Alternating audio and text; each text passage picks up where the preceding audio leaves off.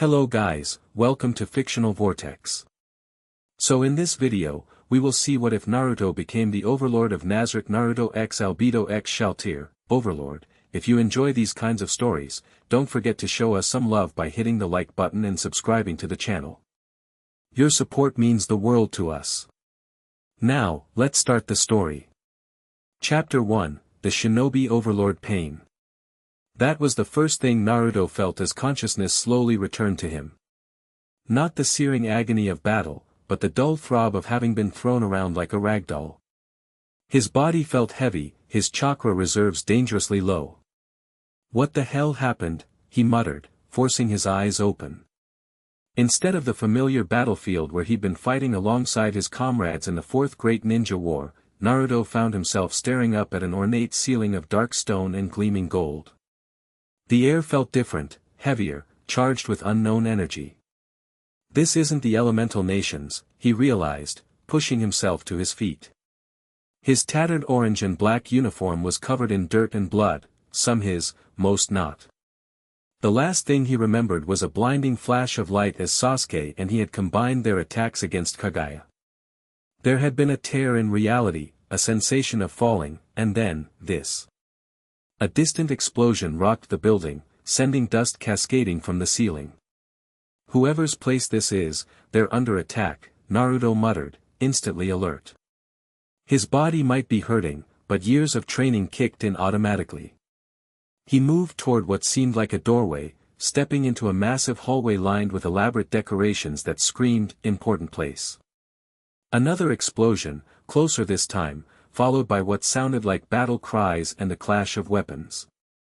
I don't know where I am, but I'm not gonna just hide while people are fighting, he decided, breaking into a run toward the sounds of combat. As Naruto rounded a corner, he nearly collided with what appeared to be a maid, except her eyes glowed red and she moved with precision that screamed, trained fighter. Intruder, she shouted, dropping into a combat stance. How did you penetrate our defenses? Whoa, hold on. Naruto raised his hands. I just woke up here, I'm not, he dodged as she launched a kick at his head, her speed impressive even by ninja standards. Look, I'm not your enemy. Naruto insisted, weaving around her strikes without counterattacking. There's fighting going on, maybe we should focus on that. The maid paused, her glowing eyes narrowing. The great tomb of Nazarick is indeed under attack. But that does not explain your presence, human. Another explosion shook the building, this one close enough to make them both brace against the wall. They've breached the 5th floor, the maid said, her tone shifting from suspicious to concerned. This is impossible. 5th floor of what? Look, I don't know what's going on, but I can help, Naruto said. I'm pretty good in a fight. The maid seemed to make a split-second decision. Follow me. If you truly wish to help, you can prove it. If you're an enemy spy, Lord Ains will deal with you personally. She took off running at inhuman speed, but Naruto kept pace easily. They sprinted through corridors that grew increasingly battle-damaged, passing strange creatures and more combat maids rushing to defensive positions. What is this place?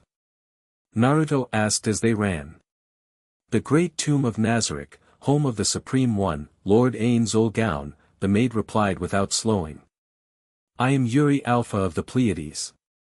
And we are facing an unprecedented assault. They emerged onto what appeared to be a vast indoor arena, currently serving as a battlefield. Creatures Naruto had never seen before, warriors in gleaming armor, mages casting spells of vibrant color, and what looked like summoned beasts, were locked in combat with defenders of various inhuman appearances. Naruto's attention was immediately drawn to 3 figures at the center of the chaos. 2 women, one with wings and horns, the other pale with blood-red eyes, fought back-to-back against waves of attackers. Despite their elegant appearances, they moved with devastating precision, each strike killing an enemy instantly. Lady Albedo and Lady Shalltear are holding the line, but they cannot maintain this forever, Yuri said urgently. The other floor guardians are defending the outer perimeters. What about this Ains guy? Isn't he helping? Naruto asked, already gathering his depleted chakra. Yuri's face darkened. Lord Ains was struck by an unknown attack before the invasion began. He lies unconscious in his chambers. That is why this assault comes now. They somehow knew our master was vulnerable. Naruto had heard enough. Alright. I'll show you I'm on your side. Without waiting for a response, he formed his hands into his signature sign. Despite his fatigue, he managed to create 20 shadow clones that immediately charged into the fray, drawing surprised looks from defenders and attackers alike. The real Naruto gathered nature energy, entering sage mode despite his exhaustion. The familiar sensation of nature chakra flowing through him sharpened his senses and restored some of his strength.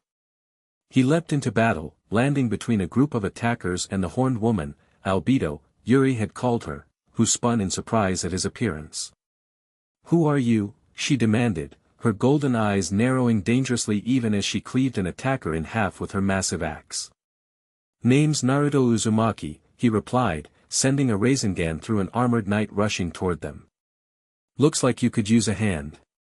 "We need no human assistance," she spat, but her attention was quickly diverted by a massive fireball hurled in their direction. Naruto reacted instantly, creating a toad oil bullet from his mouth and using wind release to turn the enemy's fire against them. The resulting explosion engulfed a dozen attackers. "Human or not, I'm pretty good at this," he grinned, moving back to back with Albedo as more enemies surrounded them. Across the battlefield, Naruto's shadow clones were making an impact, their coordinated attacks disrupting enemy formations. The pale woman, Shalltear, was watching them with open curiosity even as she impaled enemies on a massive red spear. "Interesting trick," she called out, her voice surprisingly girlish despite the blood dripping from her weapon. "Are you some sort of summoner?"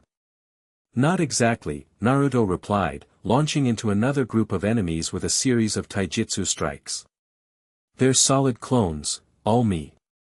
For the next several minutes, the battle raged. Naruto found himself naturally falling into sync with the two powerful women, his shadow clones providing openings for their devastating attacks while his sage abilities allowed him to sense and counter threats they couldn't see coming.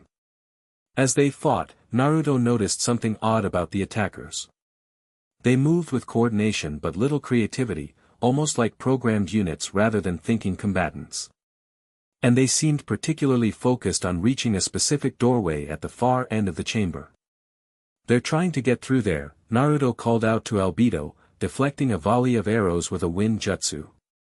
"What's on the other side?" "The treasury," Albedo replied grimly. "And beyond that, Lord Ain's chambers. We cannot allow them passage." "Then let's end this," Naruto decided. Drawing on his remaining chakra, Naruto created a Rasen Shuriken, not at full power, but enough to make a difference. He hurled it toward the densest concentration of enemies near the treasury door, the spinning disk of chakra expanding into a massive vortex that shredded everything in its path. The attack created a momentary pause in the battle, attackers and defenders alike stunned by the display of power. Naruto seized the opportunity, creating more shadow clones to herd the remaining enemies away from the doorway while he, Albedo, and Shalltear pressed the advantage. "You're full of surprises, human," Shalltear remarked, licking blood from her lips as she cut down another attacker. "Just getting started," Naruto replied, though in truth he was reaching his limits. The mysterious transportation, combined with his previous battle against Kaguya, had left his chakra reserves dangerously depleted.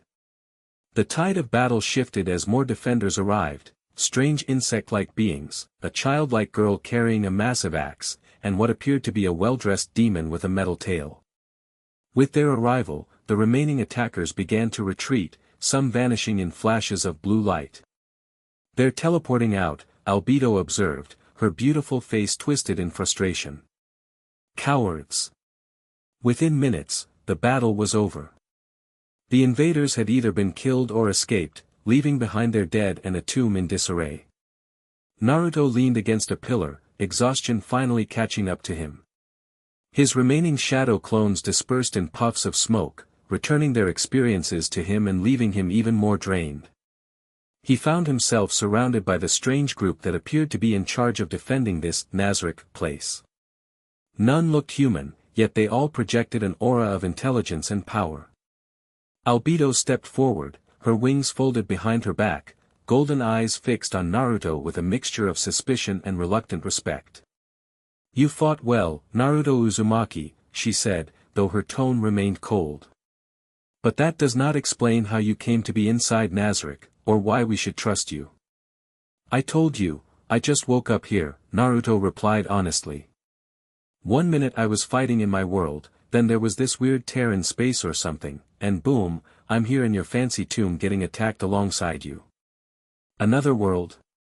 The demon-like being adjusted his glasses with interest. "Fascinating. Perhaps a dimensional traveler. That would explain the unusual energy he wields." "I don't care where he's from, Demiurge," Albedo snapped. "What matters is whether he poses a threat to Lord Ains." "If I wanted to hurt anyone here, I wouldn't have helped you fight," Naruto pointed out reasonably. "And I definitely wouldn't have used up most of my chakra doing it." "Chakra?" The short girl with the massive axe peered at him curiously. "Is that what you call your magic?" "It's not exactly magic, but, this discussion can wait," Albedo interrupted. "We must check on Lord Ains and assess the damage to Nazarick. Demiurge, have this human taken to a secure location until we decide what to do with him." "Hold on," Naruto protested, pushing himself upright despite his fatigue. "I just helped save your home. The least you could do is fill me in on what's going on." Shalltear, who had been uncharacteristically quiet, suddenly stepped forward. "I say we let him see Lord Ains." Everyone turned to her in surprise. "Have you lost your mind?" Albedo hissed. "Not at all." Shalltear twirled her spear casually. "This human, or whatever he is, wields power unlike anything I've seen. If he wanted to harm Nazarick, he could have sided with the attackers. Instead, he fought alongside us with impressive skill." Her blood-red eyes glinted. "Besides, I'm curious about him." "Your curiosity is not a priority," Albedo retorted. "Actually," Demiurge interrupted smoothly, "Shalltear may have a point. This individual appeared precisely when we faced an unprecedented crisis. That timing seems providential. And his abilities would be quite useful should our enemies return." Albedo looked furious but calculating. Finally, she turned back to Naruto. "Very well. You will accompany us to see Lord Ains. But understand this, if you make any suspicious move, any action that could be interpreted as hostile, we will destroy you instantly. Is that clear?" Naruto met her golden gaze steadily. "Crystal clear. But trust goes both ways. I want answers about how I got here and how I can get back to my world. If such answers exist, they may lie with Lord Ains," Demiurge said. "Now, shall we proceed?" The group moved through the damaged halls of Nazarick, workers and soldiers already beginning repairs. Naruto noted the reverence with which everyone spoke of this Lord Ains, and wondered what kind of person commanded such loyalty from these clearly powerful beings. They passed through heavily guarded doorways, down a corridor lined with strange artifacts, and finally arrived at an ornate door flanked by what appeared to be undead warriors. "These are the personal chambers of the Supreme One," Albedo announced, her voice softening with what sounded almost like worship. "Few are ever granted entry."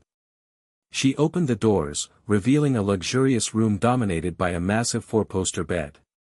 Lying motionless on it was a figure that made Naruto blink in surprise. A skeleton.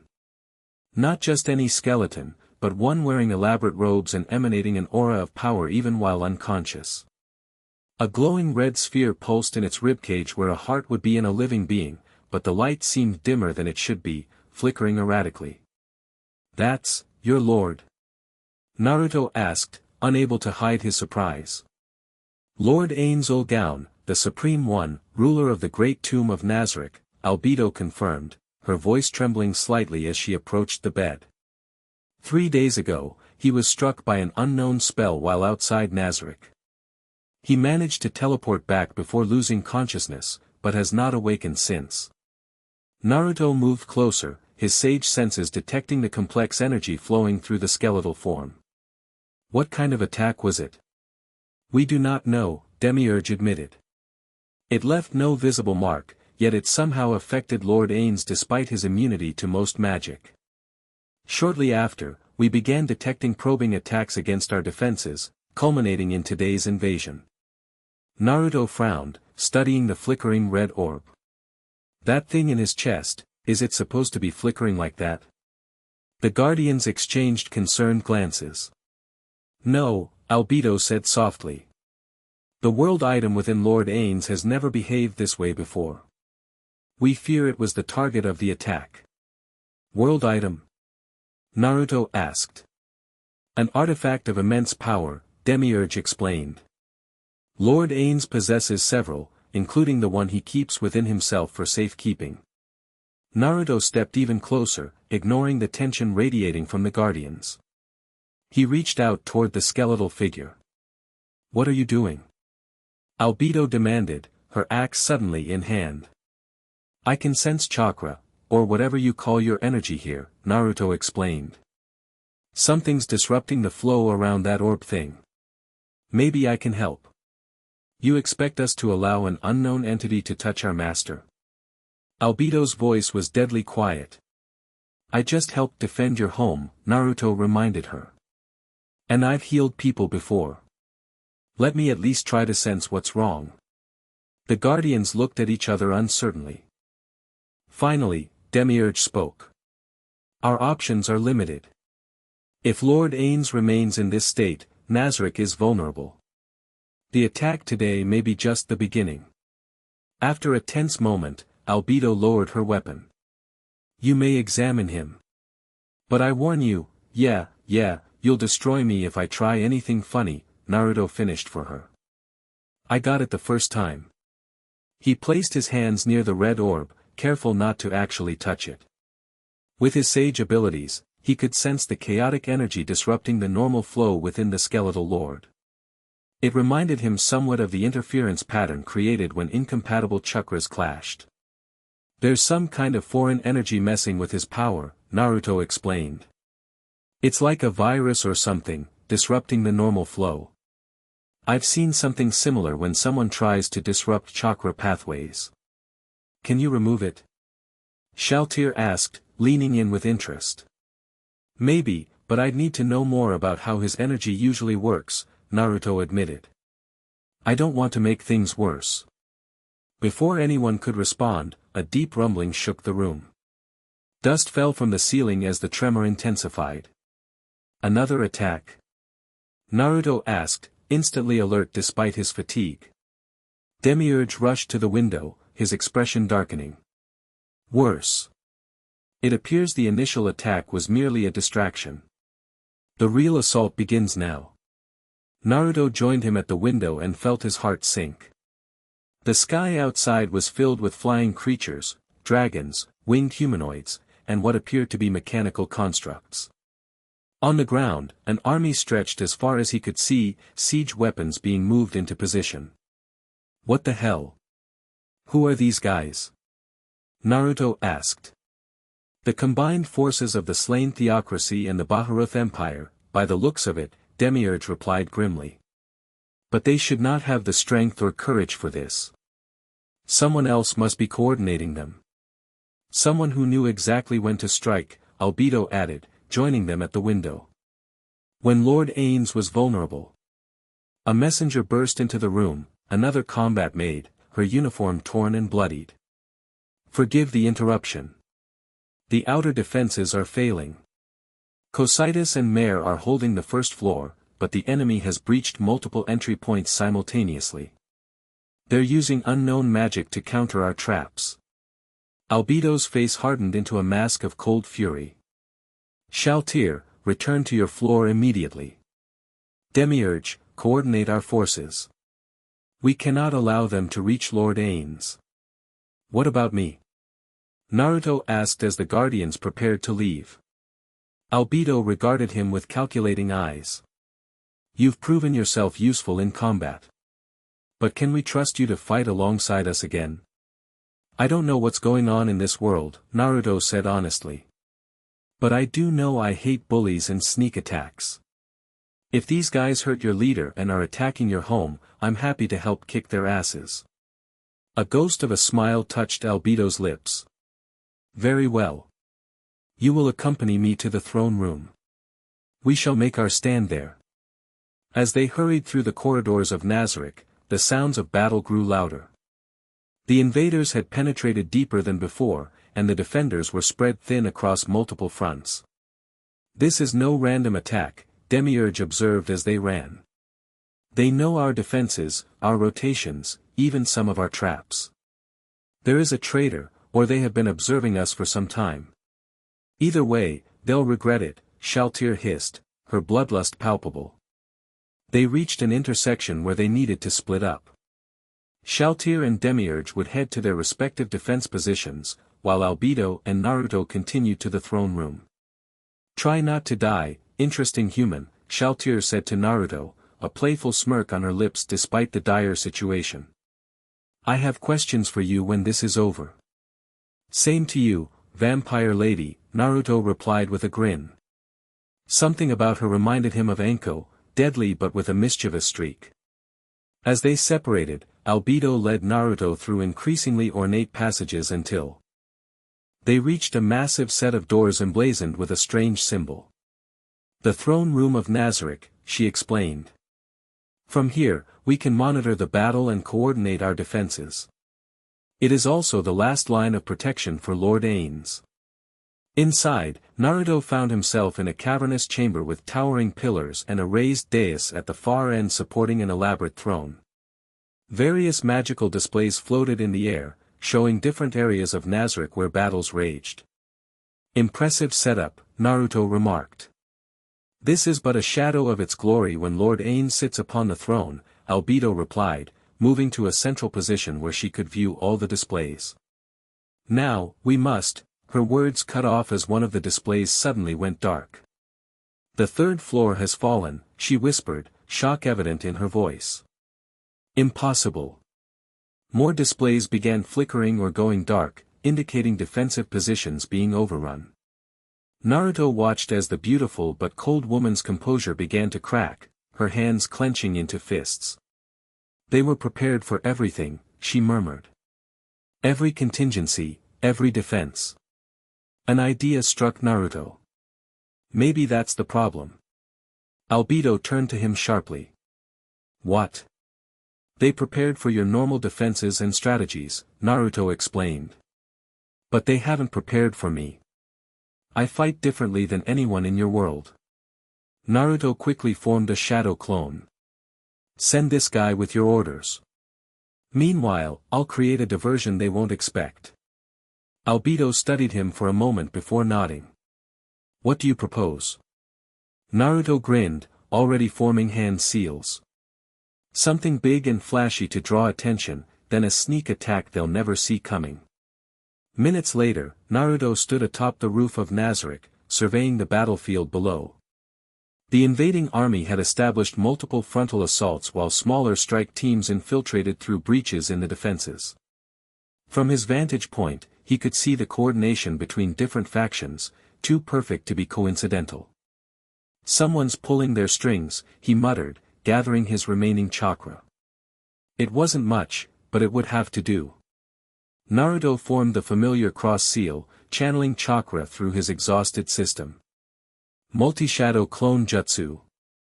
With a massive puff of smoke, hundreds of Naruto clones appeared, covering the roof and exterior walls of Nazarick. As one, they raised their hands and began gathering nature energy.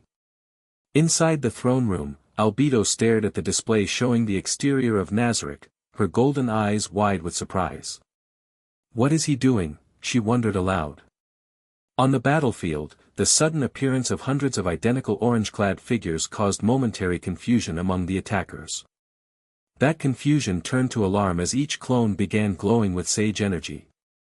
Now, the original Naruto commanded. As one, the clones leapt from their positions, descending on the invading army like orange meteors. Each targeted a different section of the enemy forces, creating maximum chaos and disruption. The original Naruto, meanwhile, focused on gathering intelligence. As his clones engaged the enemy, their experiences flowed back to him each time one was dispelled, creating a comprehensive picture of the enemy's capabilities and patterns. What he discovered confirmed his suspicions. Many of the soldiers moved with unnatural synchronization, puppets rather than people. And at key positions throughout the battlefield, hooded figures maintained some kind of control over these troops. The commanders, Naruto realized. Take them out, and the army falls apart. He created a special shadow clone and gave it specific instructions before sending it back into the throne room to report to Albedo. The battle below had devolved into chaos as Naruto's clones wreaked havoc on the enemy formations. Their unconventional fighting style and unexpected tactics were throwing off the carefully coordinated assault, creating openings for Nazarick's defenders to exploit. Through the shared vision of his clones, Naruto identified 12 hooded commanders scattered throughout the battlefield. Each maintained a barrier around themselves while directing their troops with hand gestures. Time to end this, Naruto muttered, forming the hand seals for his most powerful technique in his current state. Inside the throne room, Albedo was coordinating counterattacks based on the intelligence from Naruto's shadow clone when a bright golden flash lit up every display. Outside, hundreds of Naruto's clones had simultaneously entered a partial Kurama chakra mode, their bodies glowing with golden energy.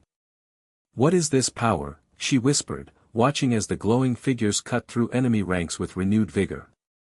"Boss is using what's left of his chakra for one big push," the shadow clone explained. "He says to be ready, he's going after the puppet masters." Across the battlefield, 12 Naruto clones broke away from the main fight, each targeting one of the hooded commanders with blinding speed. The commanders noticed the threat too late, their barriers proving insufficient against the concentrated attacks of chakra-enhanced clones. One by one, the commanders fell, their control over the puppet soldiers severed. Throughout the battlefield, large portions of the enemy forces suddenly collapsed like marionettes with cut strings, while others stood confused, as if waking from a trance. Inside the throne room, Albedo watched in amazement as the tide of battle shifted dramatically. The remaining legitimate enemy forces, seeing their advantage disappear and many of their allies revealed as puppets, began a disorganized retreat. "He did it," she murmured, a hint of respect in her voice. "Not quite yet," the shadow clone replied, pointing to a display showing a distant hilltop. "Boss says the real controller is there." The display zoomed in on a solitary figure watching the battle from afar, a tall, slender being in elaborate robes, face hidden behind a mask that seemed to shift and change when viewed directly. "Who is that?" Albedo demanded. "No idea, but they're the one pulling the strings," the clone replied. "Boss is heading there now." On the hilltop, the masked figure observed the collapse of their carefully orchestrated attack with apparent calm. As the armies retreated and the puppet soldiers fell, they simply turned as if to leave, only to find Naruto standing behind them, his body swaying slightly from exhaustion but his eyes sharp with determination. "Going somewhere?" Naruto asked, blocking the figure's path. "We need to talk about you attacking my new friends." The figure tilted their head curiously. "How interesting.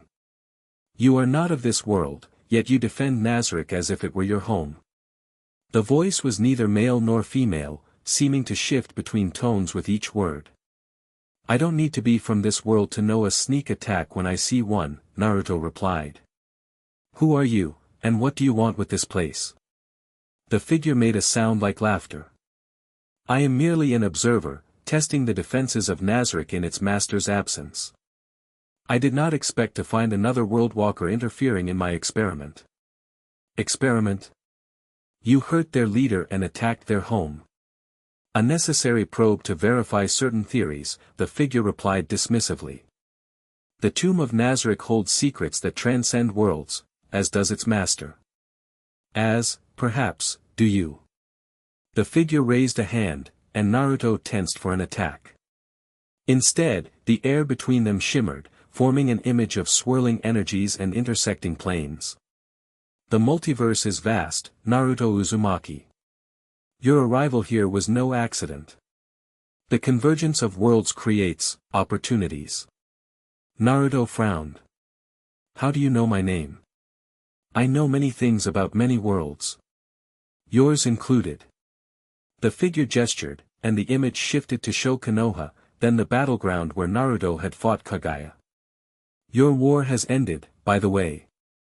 Your friends believe you died heroically in the final battle.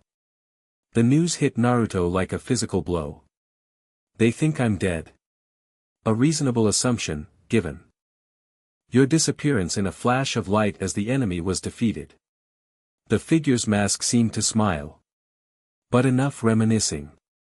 You have interfered with my plans for Nazarick, so adjustments must be made. The figure began to shimmer, as if preparing to teleport away. Wait. Naruto lunged forward despite his exhaustion. Tell me how to get home. Home. The figure paused. But don't you see? Your presence here serves a purpose. Nazarick needs a guardian while its master recovers, someone with the power to protect it from those who would take advantage of its vulnerability. I'm not staying here to be anyone's replacement guardian, Naruto argued. I need to get back to my world, my friends. Do you? The figure's voice grew softer. What awaits you there? More wars. More expectations. Here, you could be something greater. Before Naruto could respond, the figure vanished in a flash of multicolored light, leaving behind only echoing words, "We will meet again, Shinobi Overlord. When you've embraced your new role." Naruto stood alone on the hilltop, staring at the space where the figure had been. His body ached, his chakra nearly depleted, and his mind reeling with new questions. Home seemed further away than ever, while Nazarick and its strange inhabitants had just become considerably more complicated. With a weary sigh, he turned and began making his way back to the fortress he had helped defend, unsure of what awaited him there. When Naruto returned to the throne room, he found it bustling with activity. Guardians and other high-ranking members of Nazarick were gathered around Albedo, who was issuing orders and receiving reports with cool efficiency. The room fell silent as Naruto entered, all eyes turning to the exhausted shinobi. His orange and black outfit was torn and bloodied, his movements sluggish from chakra depletion, yet he still carried himself with an unmistakable aura of power. The mysterious commander? Albedo asked, breaking the silence. Got away, Naruto admitted, collapsing into a nearby chair without ceremony. But they won't be back anytime soon. Their experiment failed. Experiment? Demiurge appeared from among the gathered figures, his intelligent eyes gleaming with interest. What exactly did this being say? Naruto recounted his brief conversation with the masked figure, including the references to world walking and the multiverse. As he spoke, he noted the increasing tension among the Guardians. So this entity targeted Lord Ains deliberately, Albedo concluded when he finished. And somehow knew he would be vulnerable at that precise moment. And now they know you're here, Shalltear added, looking at Naruto with renewed curiosity. A world walker, whatever that means. It means I'm from another world, Naruto explained tiredly. Which I've been trying to tell you since I got here. I need to find a way back. Perhaps, Demiurge suggested smoothly, your arrival was not mere coincidence. If this entity can move between worlds, perhaps it brought you here for a reason, whether as an ally or an unwitting pawn. Or perhaps, Albedo said, her golden eyes fixed on Naruto, you were sent here by a higher power to protect Nazarick in Lord Ains' hour of need. Naruto laughed weakly. I'm not anyone's chosen protector. I just did what anyone would do, helped people who were under attack. Many would have exploited our vulnerability, Demiurge noted. Instead, you expended your power to defend those who initially treated you with suspicion. There was an awkward silence as the Guardians exchanged glances. Finally, Albedo stepped forward, her posture stiff but dignified. Naruto Uzumaki, she began formally, on behalf of Nazarick, I acknowledge your assistance in our time of need. Your actions today have earned you a measure of trust. Thanks, Naruto replied, too tired for anything more eloquent. So what happens now? Now, Albedo said, her voice taking on a more determined tone, we must address our most pressing concern. Lord Ains remains unconscious, and Nazarick requires leadership. Our enemies may return, better prepared next time. Can't one of you take charge? Naruto asked, gesturing to the assembled guardians. It is complicated, Demiurge explained. Each guardian has authority over their own floor and specialties, but overall command of Nazarick falls only to Lord Ains. In his absence, we lack a unified decision-making structure. What about you? Naruto nodded toward Albedo. You seem to be in charge already. I am the overseer of the guardians, Albedo acknowledged. But there are limitations to my authority without Lord Ains' direct command. The other guardians follow me now out of necessity, but prolonged leadership would create complications. Naruto frowned, sensing undercurrents he didn't understand. So what's the solution? The guardians exchanged looks again, and Naruto had the distinct impression they were having a conversation without words. There is a possibility, Demiurge said carefully. A temporary solution until Lord Ains recovers. Someone with demonstrated power, tactical ability, and, most importantly, someone who has already earned a measure of trust through action rather than words. It took Naruto a moment to realize everyone was looking at him. Wait, he said, sitting up straight despite his fatigue. Are you suggesting I take over? Temporarily, Albedo emphasized, though her expression suggested the idea displeased her. As acting guardian of Nazarick until Lord Ains awakens. That's crazy, Naruto protested. I don't know anything about this place, your world, or how things work here. Plus, I need to focus on finding a way home. The being you encountered suggested your presence here serves a purpose, Demiurge reminded him. Perhaps this is it. And if this entity knows of pathways between worlds, they will likely return. When they do, you may find your way home.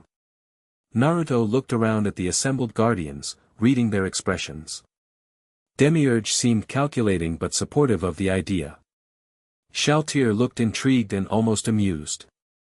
Albedo maintained a mask of neutrality, though her eyes betrayed reluctance. The others displayed varying degrees of uncertainty and curiosity. Why me, really? Naruto asked. You barely know me. Because, Albedo replied with surprising honesty, you fight like no one we have encountered in this world. Your powers, while strange, proved effective against enemies who had prepared specifically for our defenses. And she hesitated, you demonstrated loyalty to Nazarick despite having no obligation to do so. Also, Shalltear added with a small smile, the fact that you're clearly from another world means you have no existing allegiances in this one. No kingdom or nation could claim your loyalty is divided. Naruto sighed, running a hand through his spiky blonde hair. He was exhausted, confused, and suddenly faced with an unexpected responsibility in a world not his own. Every instinct told him to refuse, to focus solely on finding a way back to Konoha. Yet something else nagged at him. The masked figure had said his friends believed him dead. If that was true, would they even be looking for him? And if interdimensional travel was as complex as it seemed, how long might it take to find a way home? In the meantime, these strange beings had fought alongside him. Their home had been attacked, their leader incapacitated. They needed help, and Naruto Uzumaki had never been one to turn his back on those in need. All right, he said finally. I'll do it, temporarily. But on two conditions. Name them, Demiurge replied smoothly. First, you help me figure out how I got here and how I can get back to my world when the time comes. Albedo nodded. We will dedicate resources to this research. Nazarick possesses extensive libraries on magical theory and interdimensional travel. Second, Naruto continued, looking each guardian in the eye, I do things my way. I won't suddenly start acting like your Lord Ains, and I won't make decisions that go against who I am. This caused some murmuring among the assembled beings, but Demiurge raised a hand to quiet them. Elaborate, he requested. What does your way entail? Naruto stood up, finding strength despite his fatigue. I protect people. I believe in second chances. I don't kill unless it's absolutely necessary. And I never, ever abandon my comrades, which, I guess, includes all of you now. The guardians exchanged glances again, some looking dubious, others intrigued. These principles differ somewhat from Lord Ain's methods, Albedo said carefully. However, as a temporary arrangement, we can accommodate certain variations in leadership style. Then we are agreed, Demiurge concluded. Naruto Uzumaki will serve as acting guardian of Nazarick until Lord Ain's recovers. All guardians will recognize his authority in matters concerning the defense and operation of the Great Tomb. Albedo stepped forward, her face a carefully composed mask. There is one more thing. To formalize this arrangement, you must take the throne of Nazarick, temporarily, of course. Only then will all of Nazarick's denizens recognize your authority. A throne? Naruto laughed weakly. Not really my style, but if it's necessary. It is, Albedo insisted. There are magical and administrative functions tied to the throne. Without it, your commands would not register in Nazarick's systems. Naruto nodded, too tired to argue further. Let's get it over with, then. I could use about 3 days of sleep after that. The formal ceremony took place an hour later, after Naruto had been given time to clean up and change into clothes provided by the staff, a simple but elegant outfit of black and orange that somehow matched his usual color preference while looking appropriately formal. The throne room had been quickly restored to its full glory, with all available guardians and high-ranking servants gathered to witness the unprecedented event. Naruto stood before the massive throne, feeling distinctly uncomfortable with all the pomp and ceremony. Albedo stood beside the throne, her face serene but her eyes troubled. Normally, such an occasion would involve extensive rituals and oaths, she explained to Naruto. However, given the emergency circumstances and temporary nature of this arrangement, we will observe a simplified version. Fine by me, Naruto replied. The simpler, the better. Albedo raised her voice to address the assembled crowd. Guardians and servants of the Great Tomb of Nazarick. In the absence of our Supreme Lord Ain Zulgaon, and facing unprecedented threats from unknown enemies, we have made a necessary decision. She gestured to Naruto. This warrior from another world has proven his strength and loyalty by defending Nazarick in our hour of need. Until Lord Ain's awakens, Naruto Uzumaki will serve as acting guardian of Nazarick, with all authority and responsibility that entails. A murmur went through the crowd, but no one raised objections. Naruto Uzumaki, Albedo continued formally, do you swear to protect Nazarick and all who dwell within it, to uphold its honor and security, and to surrender this authority immediately upon Lord Ain's recovery?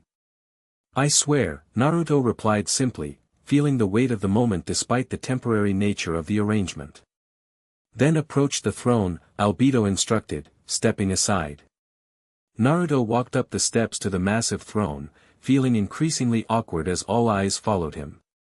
The throne itself seemed designed for someone larger than himself, with elaborate carvings and magical symbols throughout its structure. As he sat down, he felt a strange energy pass through him, similar to chakra but different, more structured and artificial. The throne glowed briefly, adjusting to his presence. Naruto Uzumaki, acting guardian of the Great Tomb of Nazarick, Albedo announced, dropping to one knee. The other guardians followed suit, then the rest of the assembled crowd. Naruto shifted uncomfortably on the throne. Thanks everyone. You can stand up now.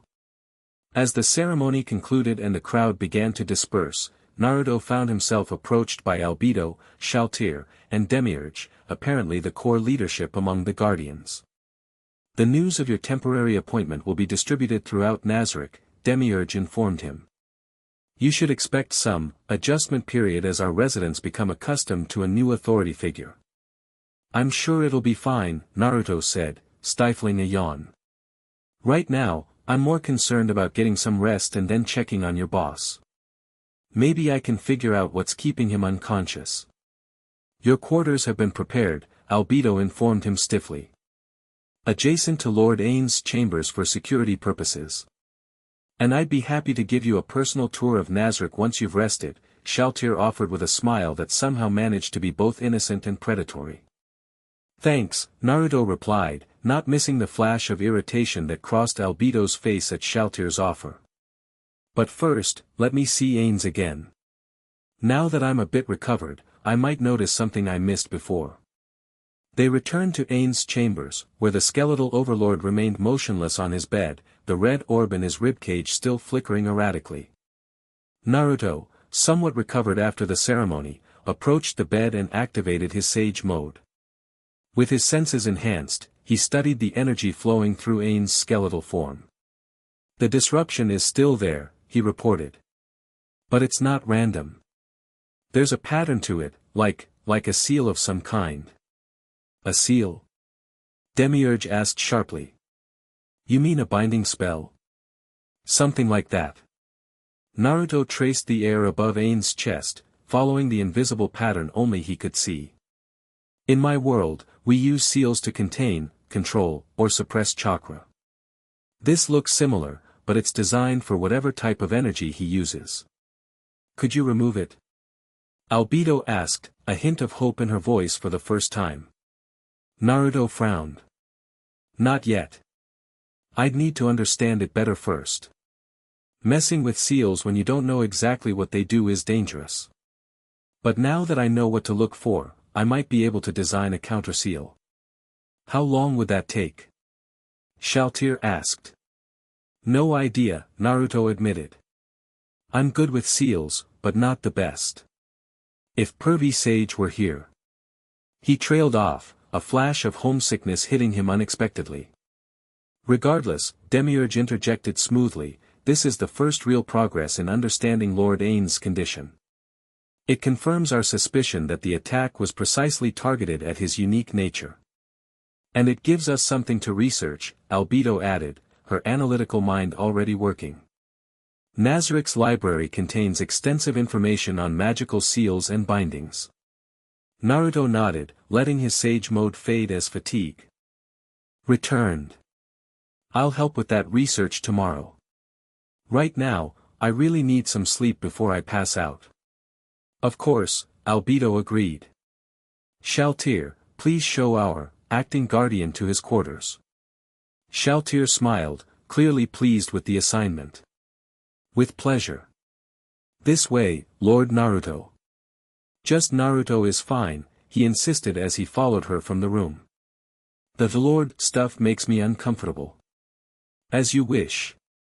Naruto, Shalltear replied, her red eyes studying him with open curiosity. Though the others may insist on more formal address in public settings. As they walked through the ornate corridors of Nazarick, Shalltear seemed determined to make conversation. Your powers are quite interesting. I've never seen anything like those clone techniques or the glowing energy you used. Chakra, Naruto explained. Everyone has it where I come from, though not everyone can use it the way ninja can. The clones are my specialty, shadow clone jutsu. And they all think independently. Fascinating. Her eyes gleamed with interest. In many ways, they seem more advanced than our summoned creatures. They are me, Naruto clarified. Same memories, same abilities, just less durable. When they disperse, I get their experiences back. How convenient, Shalltear remarked. That explains how you coordinated your forces so effectively during the battle. They reached an ornate door that Shalltear opened with a flourish. Your quarters, as prepared by our staff. Naruto entered and blinked in surprise. The room was massive and luxurious beyond anything he'd ever experienced, a four-poster bed larger than his entire apartment back home, elegant furniture, and what appeared to be magical lighting illuminating everything in a warm glow. This is a lot, he said, overwhelmed by the opulence. Only the best for Nazarick's guardian, Shalltear replied with a small smile. Though I believe Albedo kept the accommodations more modest than Lord Ains out of principle. If this is modest, I'd hate to see extravagant, Naruto muttered, cautiously sitting on the edge of the bed. It was soft beyond anything he'd experienced before. Shalltear lingered in the doorway, her expression curious. May I ask you something, Naruto? Sure. Why did you help us? Her red eyes studied him intently. You had no stake in our battle, no loyalty to Nazarick. You could have escaped during the chaos or even joined our enemies. Naruto shrugged. That's not who I am. Where I come from, I never abandon people who need help. That's my ninja way. Fascinating, she murmured. Most beings act out of self-interest or predefined loyalty. Your moral code seems inherent to your nature. I guess so. Naruto yawned widely, unable to hide his exhaustion any longer. Shalltear smiled, taking the hint. Rest well, Naruto. Tomorrow will bring many new challenges as acting guardian of Nazarick. As the door closed behind her, Naruto collapsed fully onto the bed, too tired to even remove his borrowed clothes. His mind swirled with everything that had happened, being transported to a new world, fighting alongside strange and powerful beings, agreeing to temporarily lead a fortress of non-humans, and encountering a mysterious entity who seemed to know far too much about him and this situation. What have I gotten myself into? He murmured as sleep claimed him. In his dreams, Naruto saw the masked figure again, standing at the intersection of countless worlds, laughing as paths opened and closed around them. Embrace your new role, Shinobi Overlord, the figure's shifting voice echoed. This is just the beginning. Chapter 2, Bonds Beyond Worlds. Naruto jolted awake, disoriented by the unfamiliar ceiling above him. For a brief moment, he thought he was back in Konoha, but the ornate gold patterns and magical lighting fixtures quickly reminded him of his new reality. Right. Nazarick, he muttered, sitting up in the absurdly large bed. Acting guardian or whatever. A soft knock at his door interrupted his thoughts. Come in, he called, running a hand through his messy blonde hair. A maid entered, not one of the combat maids he'd met during the battle, but a more traditional servant with a tray of food. Unlike the humans Naruto was used to, she had pointed ears and pale blue skin. Good morning, Lord Naruto, she said with a deep bow. I've brought your breakfast. Just Naruto is fine, he replied automatically. And thanks, I'm starving. The maid placed the tray on a nearby table but remained standing attentively instead of leaving. Naruto raised an eyebrow. Something else? Lady Albedo requests your presence in the Guardian meeting as soon as you've finished eating, the maid explained. She also instructed me to provide fresh clothing. She gestured toward a wardrobe that Naruto hadn't noticed the night before. Got it. Tell her I'll be there soon. After the maid left, Naruto investigated the breakfast, unfamiliar dishes that looked fancy but smelled amazing. He devoured everything, realizing he hadn't eaten since arriving in this world. The wardrobe contained several outfits, all in black and orange variations. At least they got my colors right, he muttered, selecting the simplest option, black pants and an orange tunic with black trim. As he dressed, Naruto took stock of his chakra levels. A good night's sleep had restored most of his reserves, though he still felt the lingering effects of yesterday's battles. His Sage mode would be available if needed, and he could probably manage a decent number of shadow clones. Time to see what being an acting guardian actually means, he said to himself, heading for the door.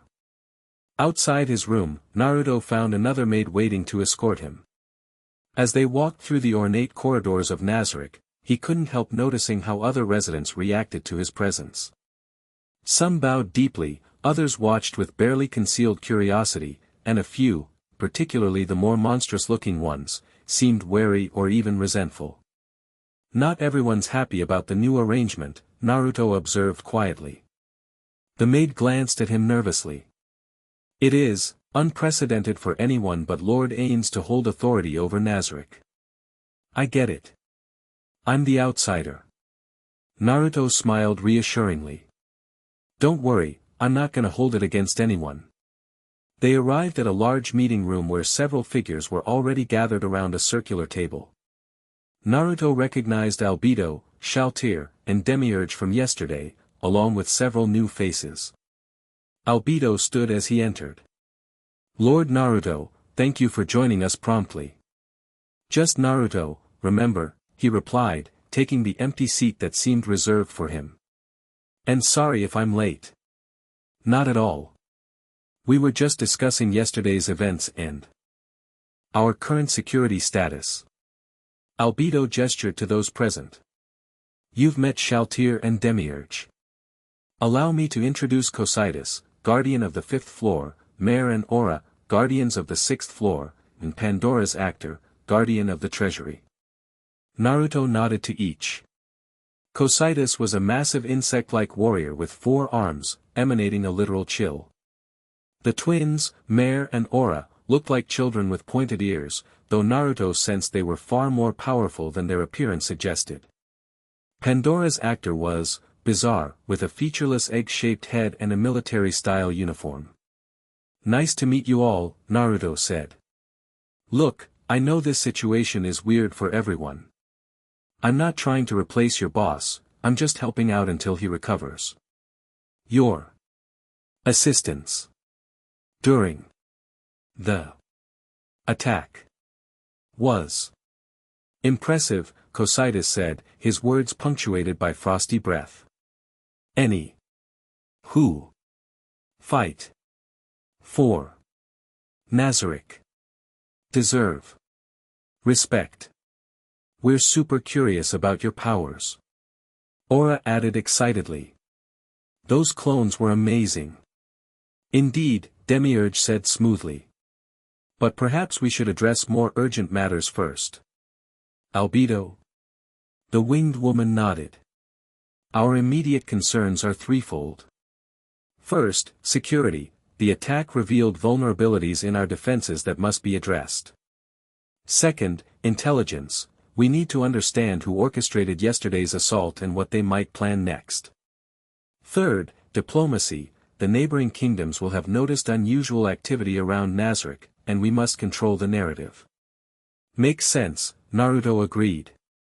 What's been done so far?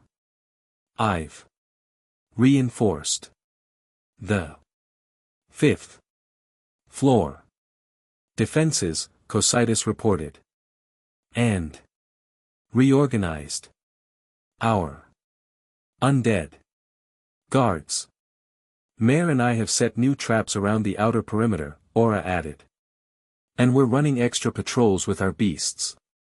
I've dispatched shadow demons to gather intelligence from the slain theocracy and Baharuth Empire, Demiurge said. Preliminary reports suggest their forces are in disarray, with many soldiers having no memory of participating in the attack. Just like I thought, Naruto nodded. They were being controlled somehow. What about your leader, any change in his condition? A momentary silence fell over the table. No improvement, Albedo finally said, her voice carefully controlled. The magical seal you identified remains active. I've assigned our most knowledgeable magic users to research possible countermeasures. I want to help with that, Naruto said. Sealing techniques are something I know pretty well. Your assistance would be welcome, Demiurge agreed. However, there is another matter requiring immediate attention. He slid a scroll across the table. We've received a diplomatic message from the Baharuth Empire. Emperor Jerkniv requests a meeting to discuss yesterday's unfortunate misunderstanding. Naruto raised an eyebrow. Misunderstanding? They attacked with an army. A diplomatic fiction, Demiurge explained. The Emperor claims elements of his military acted without authorization, potentially under magical influence. He wishes to disavow involvement and prevent escalation. He's afraid, Cocytus observed. Good. Indeed, but this presents an opportunity, Albedo said, leaning forward. Normally, Lord Ains would handle such diplomatic engagements personally. In his absence, you must represent Nazarick, Naruto. Me? At a diplomatic meeting? Naruto scratched his head. I'm not exactly known for my political skills. Nevertheless, your authority as acting guardian requires it, Demiurge said. The Emperor must see that Nazarick remains strong and unified despite yesterday's attack. I'll go with you, Shalltear offered suddenly. Everyone turned to look at her in surprise. What? I can be diplomatic when necessary. Albedo's eyes narrowed slightly. Actually, I should accompany Naruto. As overseer of the Guardians, I am most familiar with Lord Ain's diplomatic protocols. Both of you should go, Demiurge suggested smoothly. Shalltear's combat abilities provide security, while Albedo's administrative expertise ensures proper diplomatic form. Meanwhile, the rest of us will continue strengthening our defenses and investigating the attack. Naruto watched the interplay between the Guardians with interest. There was clearly some competition between Albedo and Shalltear, though he wasn't sure if it was personal or positional. Sounds good to me, he agreed. When's this meeting supposed to happen? Tomorrow at noon, Demiurge replied.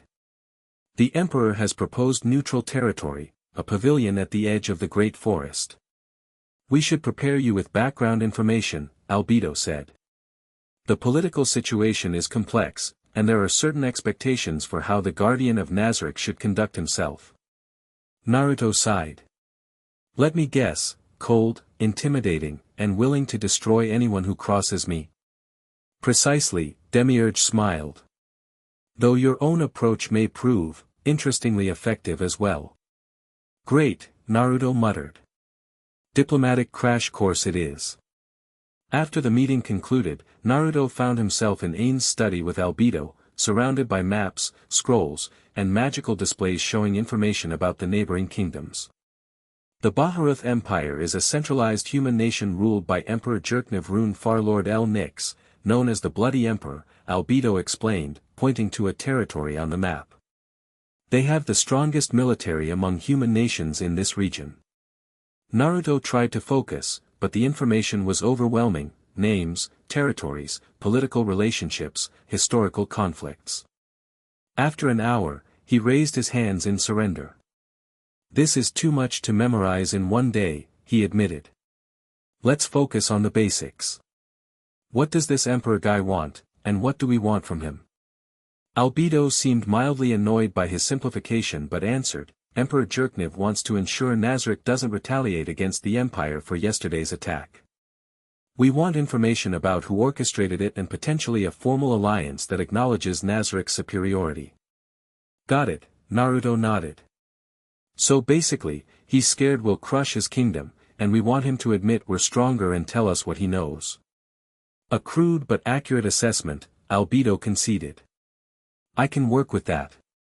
Naruto stood up, stretching. I need a break from all these scrolls. Let's check on your boss and see if I can make any progress with that seal. Albedo looked like she wanted to continue the diplomatic lessons, but after a moment she nodded. Very well. Lord Ain's condition takes priority.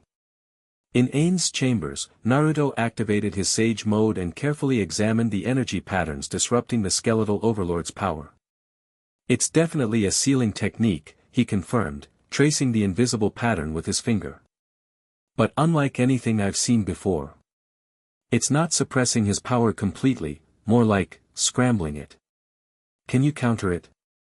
Albedo asked, standing close beside him. Maybe. Let me try something. Naruto bit his thumb, drawing blood, and began inscribing kanji symbols in the air above Ain's chest.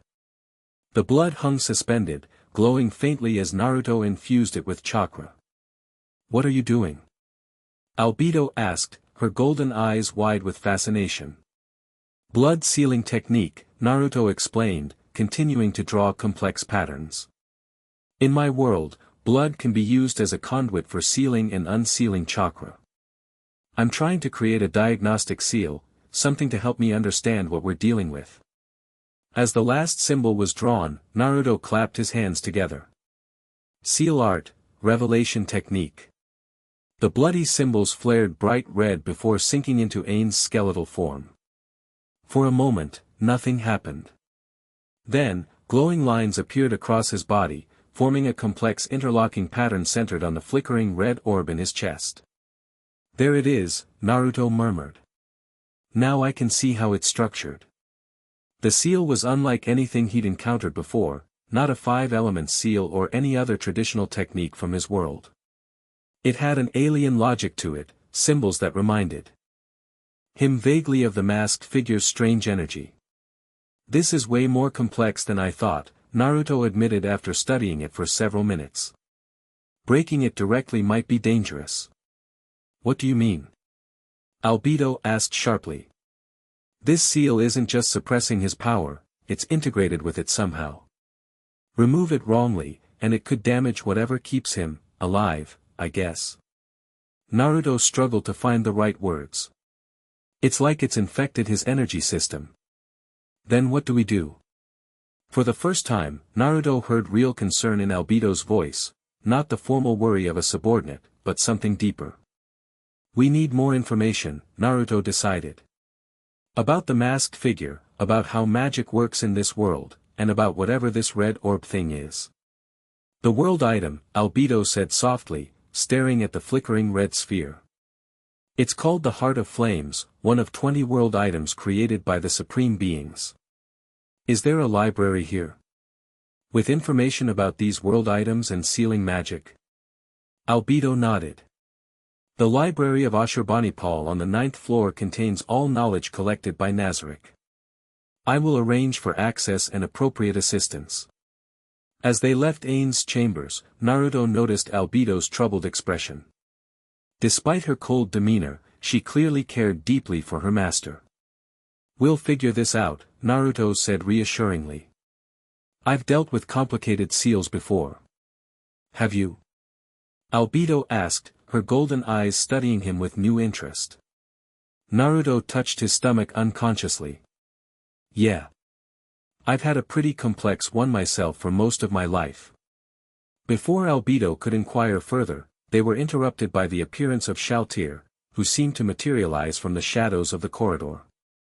"There you are," she said, her red eyes gleaming with excitement.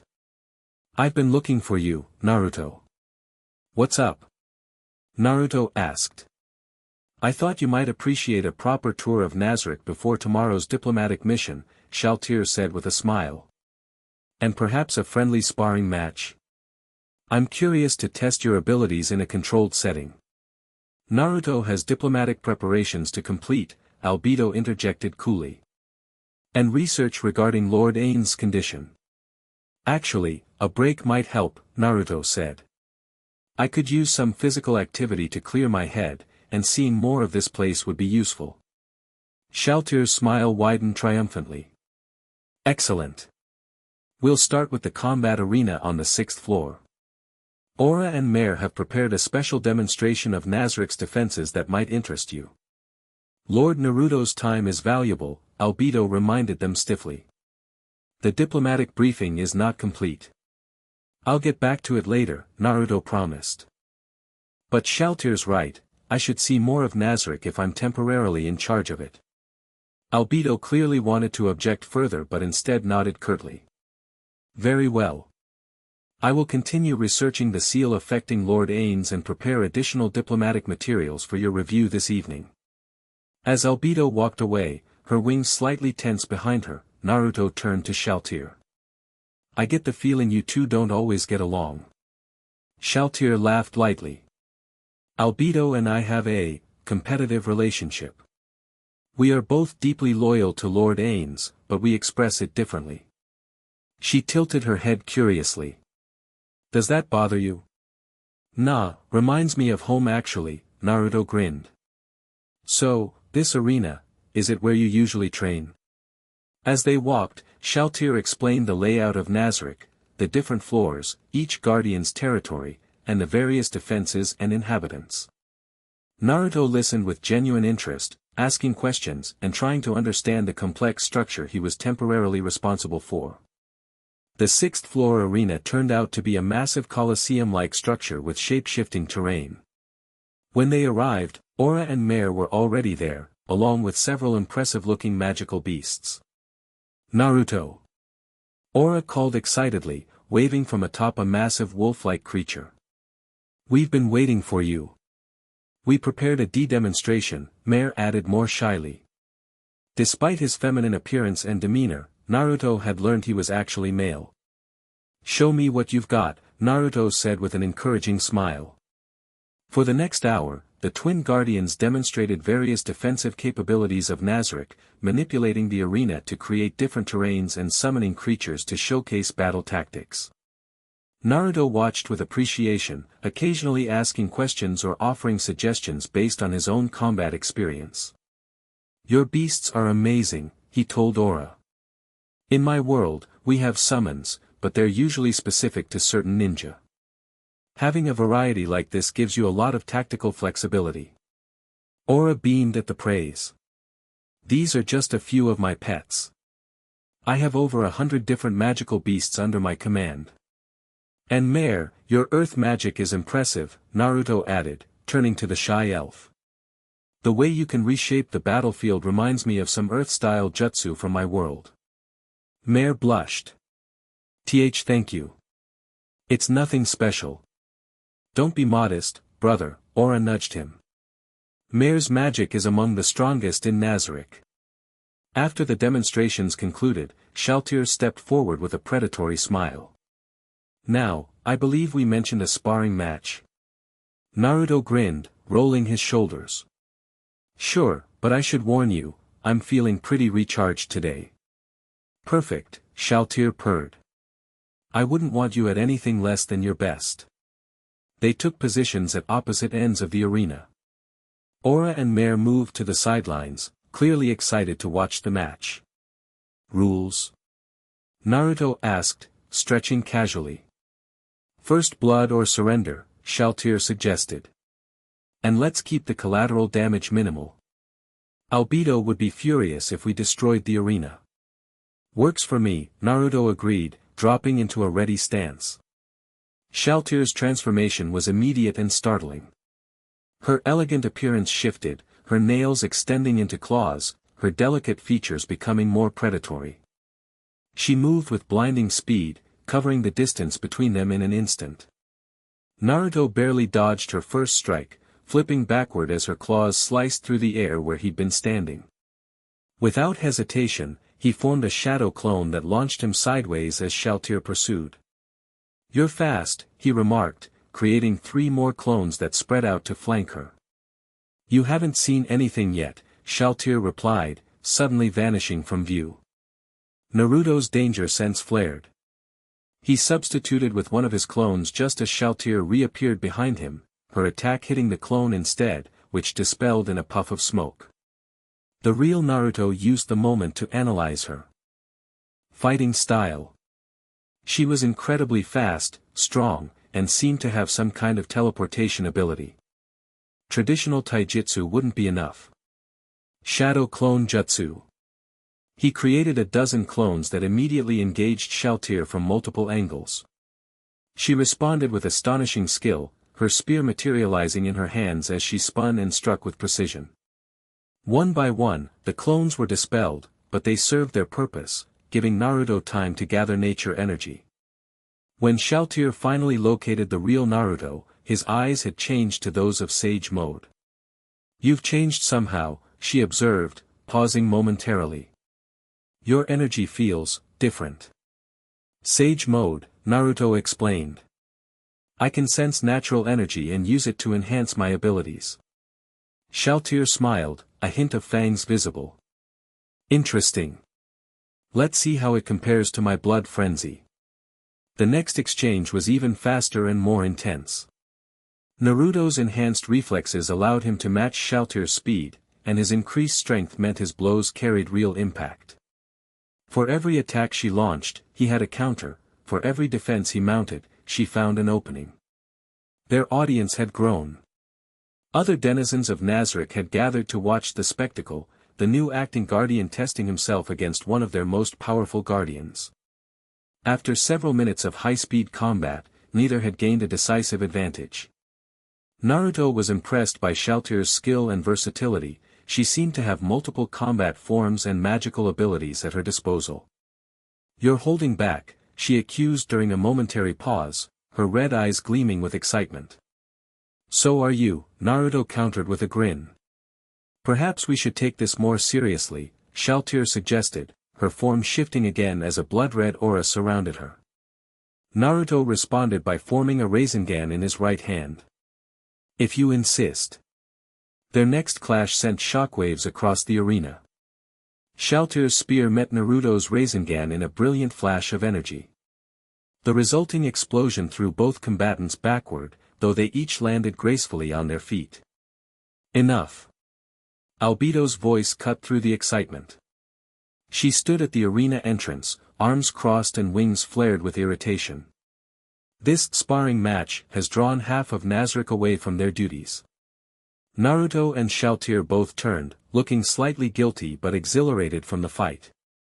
"Sorry about that," Naruto said, letting his Rasengan dissipate. "We got a bit carried away." "It was just getting interesting," Shalltear pouted, returning to her more elegant form. Albedo approached, her golden eyes moving between them assessingly. "While I appreciate martial readiness, there are more pressing matters. Our scouts have returned with troubling news." Naruto immediately sobered. "What's happened?" "The Riestei's kingdom has mobilized troops along their border," Albedo reported. "It seems they've been approached by the same mysterious entity that commanded yesterday's attack. They're preparing to join forces with the Empire against us," Shalltear realized. "That's the assumption," Albedo agreed. "Demiurge has called an emergency meeting." As they hurried back to the meeting room, Naruto found himself walking between the two powerful women, each radiating a different type of intensity. Despite the looming threat, he couldn't help but feel a strange sense of belonging. These beings might be different from anyone he'd known in his world, but he was beginning to understand them, their strengths, their personalities, their complex dynamics. In the meeting room, Demiurge was using magic to display a tactical map showing troop movements along the borders of neighboring kingdoms. "The situation has escalated faster than anticipated," he explained as they entered. "Our intelligence suggests the masked entity visited the royal court of Riestei's 3 days ago, offering them protection against Nazarick." "Protection?" Naruto frowned. "From what?" "From us," Cocytus rumbled. "They fear Nazarick. The human nations have always regarded Nazarick with suspicion," Albedo explained. Lord Ains had begun diplomatic initiatives to change this perception, but progress was slow. Now, with rumors of his incapacitation spreading, they see an opportunity. "Or they're being manipulated into seeing one," Naruto pointed out. "That masked figure is playing everyone against each other." "Indeed," Demiurge agreed. "Which makes tomorrow's meeting with Emperor Jerkniv even more crucial. If we can secure the Empire's allegiance, or at least neutrality, we can focus our attention on Riestei's and the mysterious entity." "So what's our strategy?" Naruto asked. "I'm guessing going in and asking nicely isn't Nazarick's usual approach." A subtle tension filled the room as the Guardians exchanged glances. "Lord Ains typically demonstrates overwhelming power, followed by calculated mercy," Demiurge said carefully. "The Emperor already fears Nazarick. That fear can be leveraged through force, if necessary," Cocytus added. Naruto frowned. "I don't think intimidation is the right move here. This Emperor guy is already being manipulated by someone else. Adding more pressure might just push him further away. What do you suggest?" Albedo asked, her tone neutral but interested. "We need to show him we're the better option," Naruto said, thinking out loud. "If he's caught between some mysterious manipulator and us, we need to be the side that offers something besides fear. Protection, maybe, or alliance against a common enemy." "A gentler approach than Lord Ains might choose," Demiurge observed with a slight smile. "But potentially effective in these specific circumstances." I'm not saying we show weakness, Naruto clarified. Just that maybe we can win more with cooperation than threats. Albedo studied him thoughtfully. Your approach is unusual for Nazarick. However, as acting guardian, the diplomatic strategy is yours to determine. Then let's prepare for tomorrow with that in mind, Naruto decided. I want to understand exactly what this emperor is afraid of and what he values. That's how we'll win him over. The meeting continued with detailed planning for the diplomatic mission. By the time they finished, evening had fallen over Nazarick. Naruto felt mentally exhausted from absorbing so much information about this unfamiliar world and its politics. You should rest before tomorrow's meeting, Albedo suggested as the guardians dispersed. Diplomatic encounters can be as draining as battle. Actually, I want to check the library first, Naruto replied.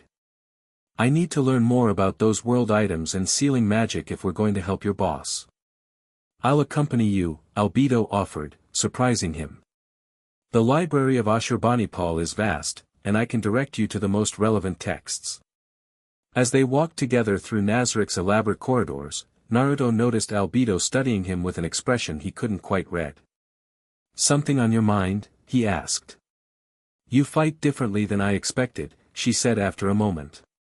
Your match with Shalltear was illuminating.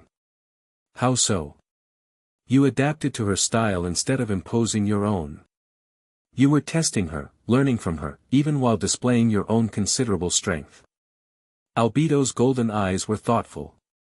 It's not a common approach among powerful beings.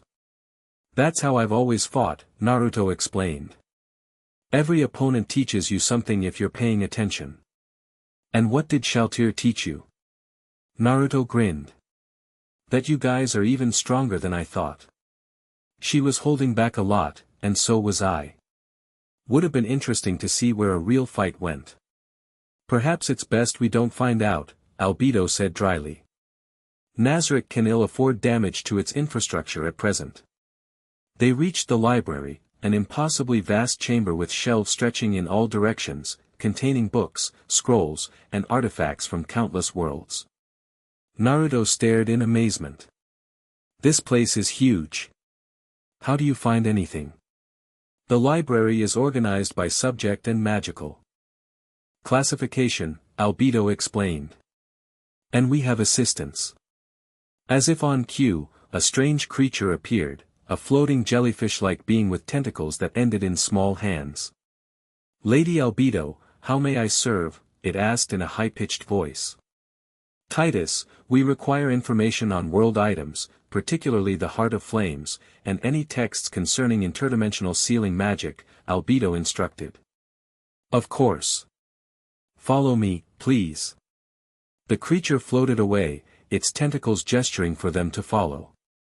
That's the head librarian? Naruto whispered to Albedo. Yes.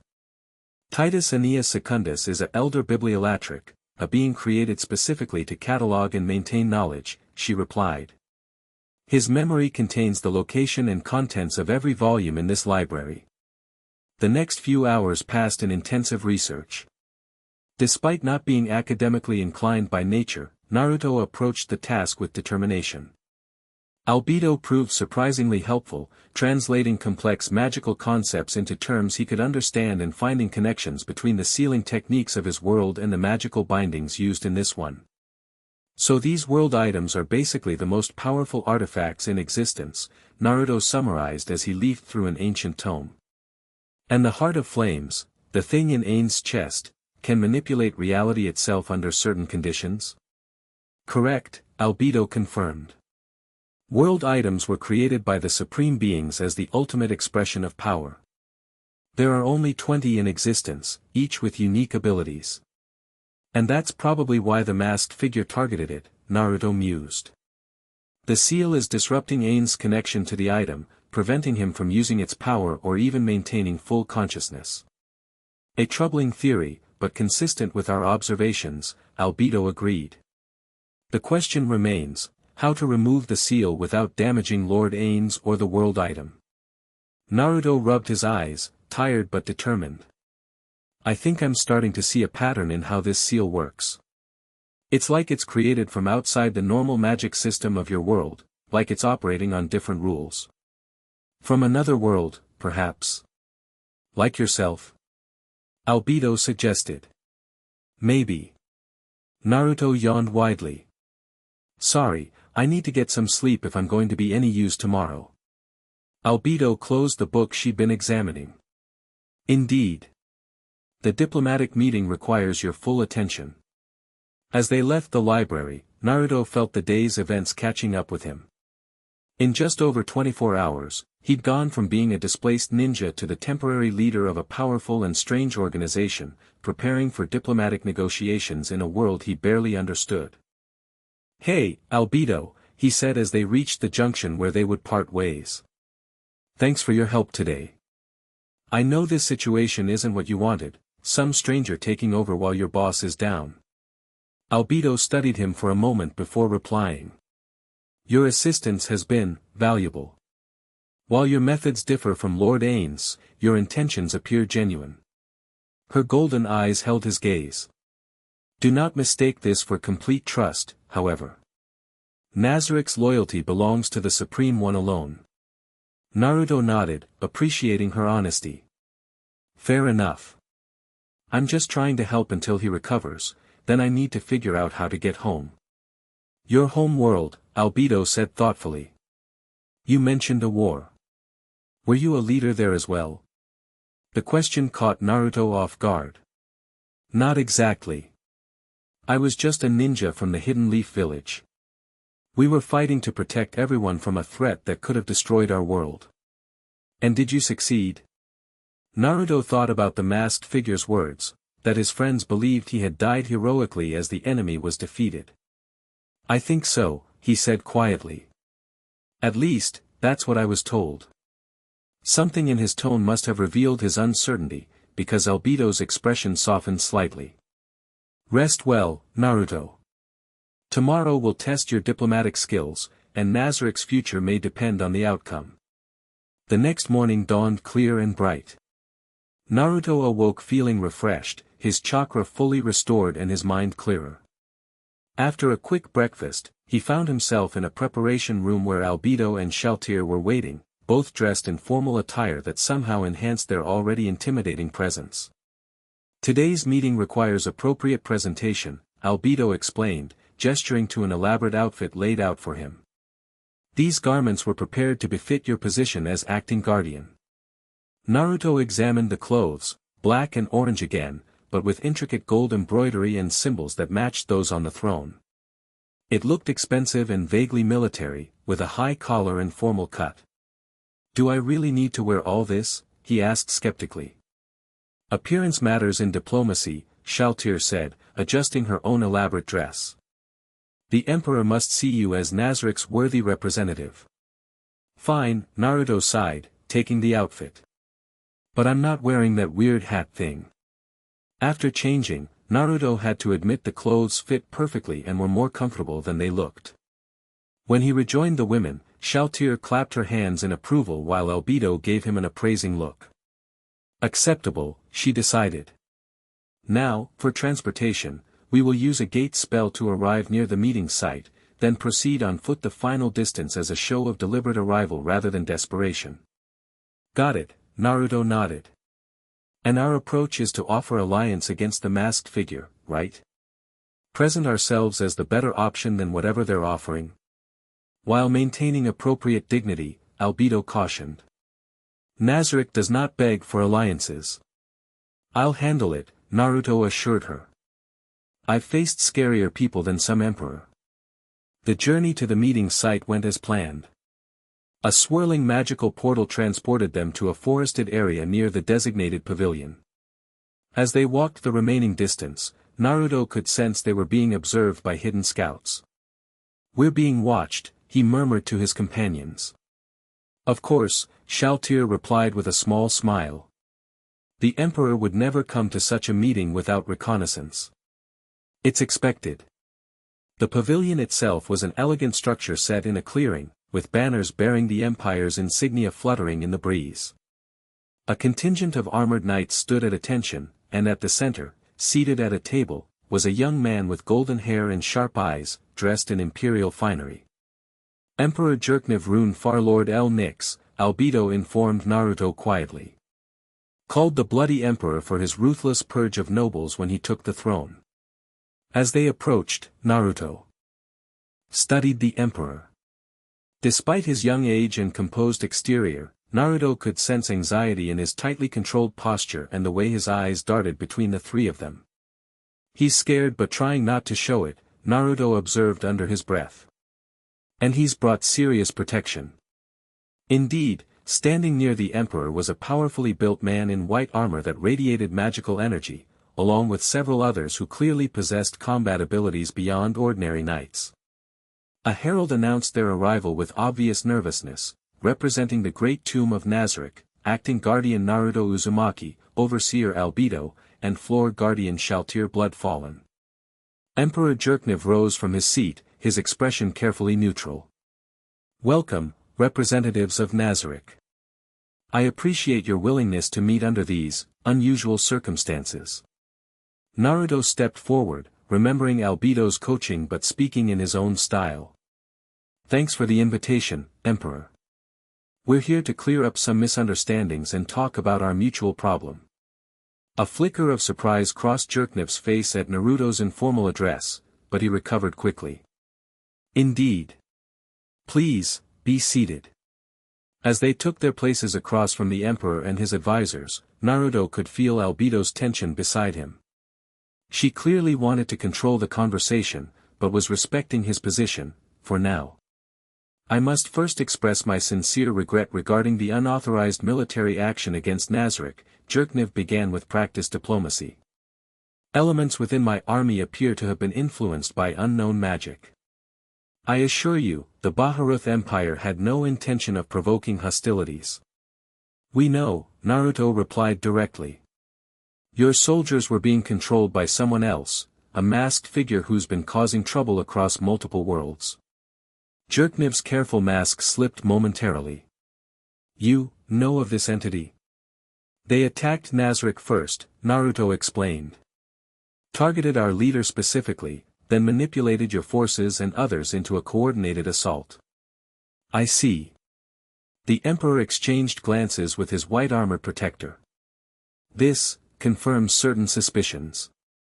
3 days ago, a visitor came to my court, a being of strange appearance and extraordinary power who spoke of necessary alliances against the undead threat of Nazarick.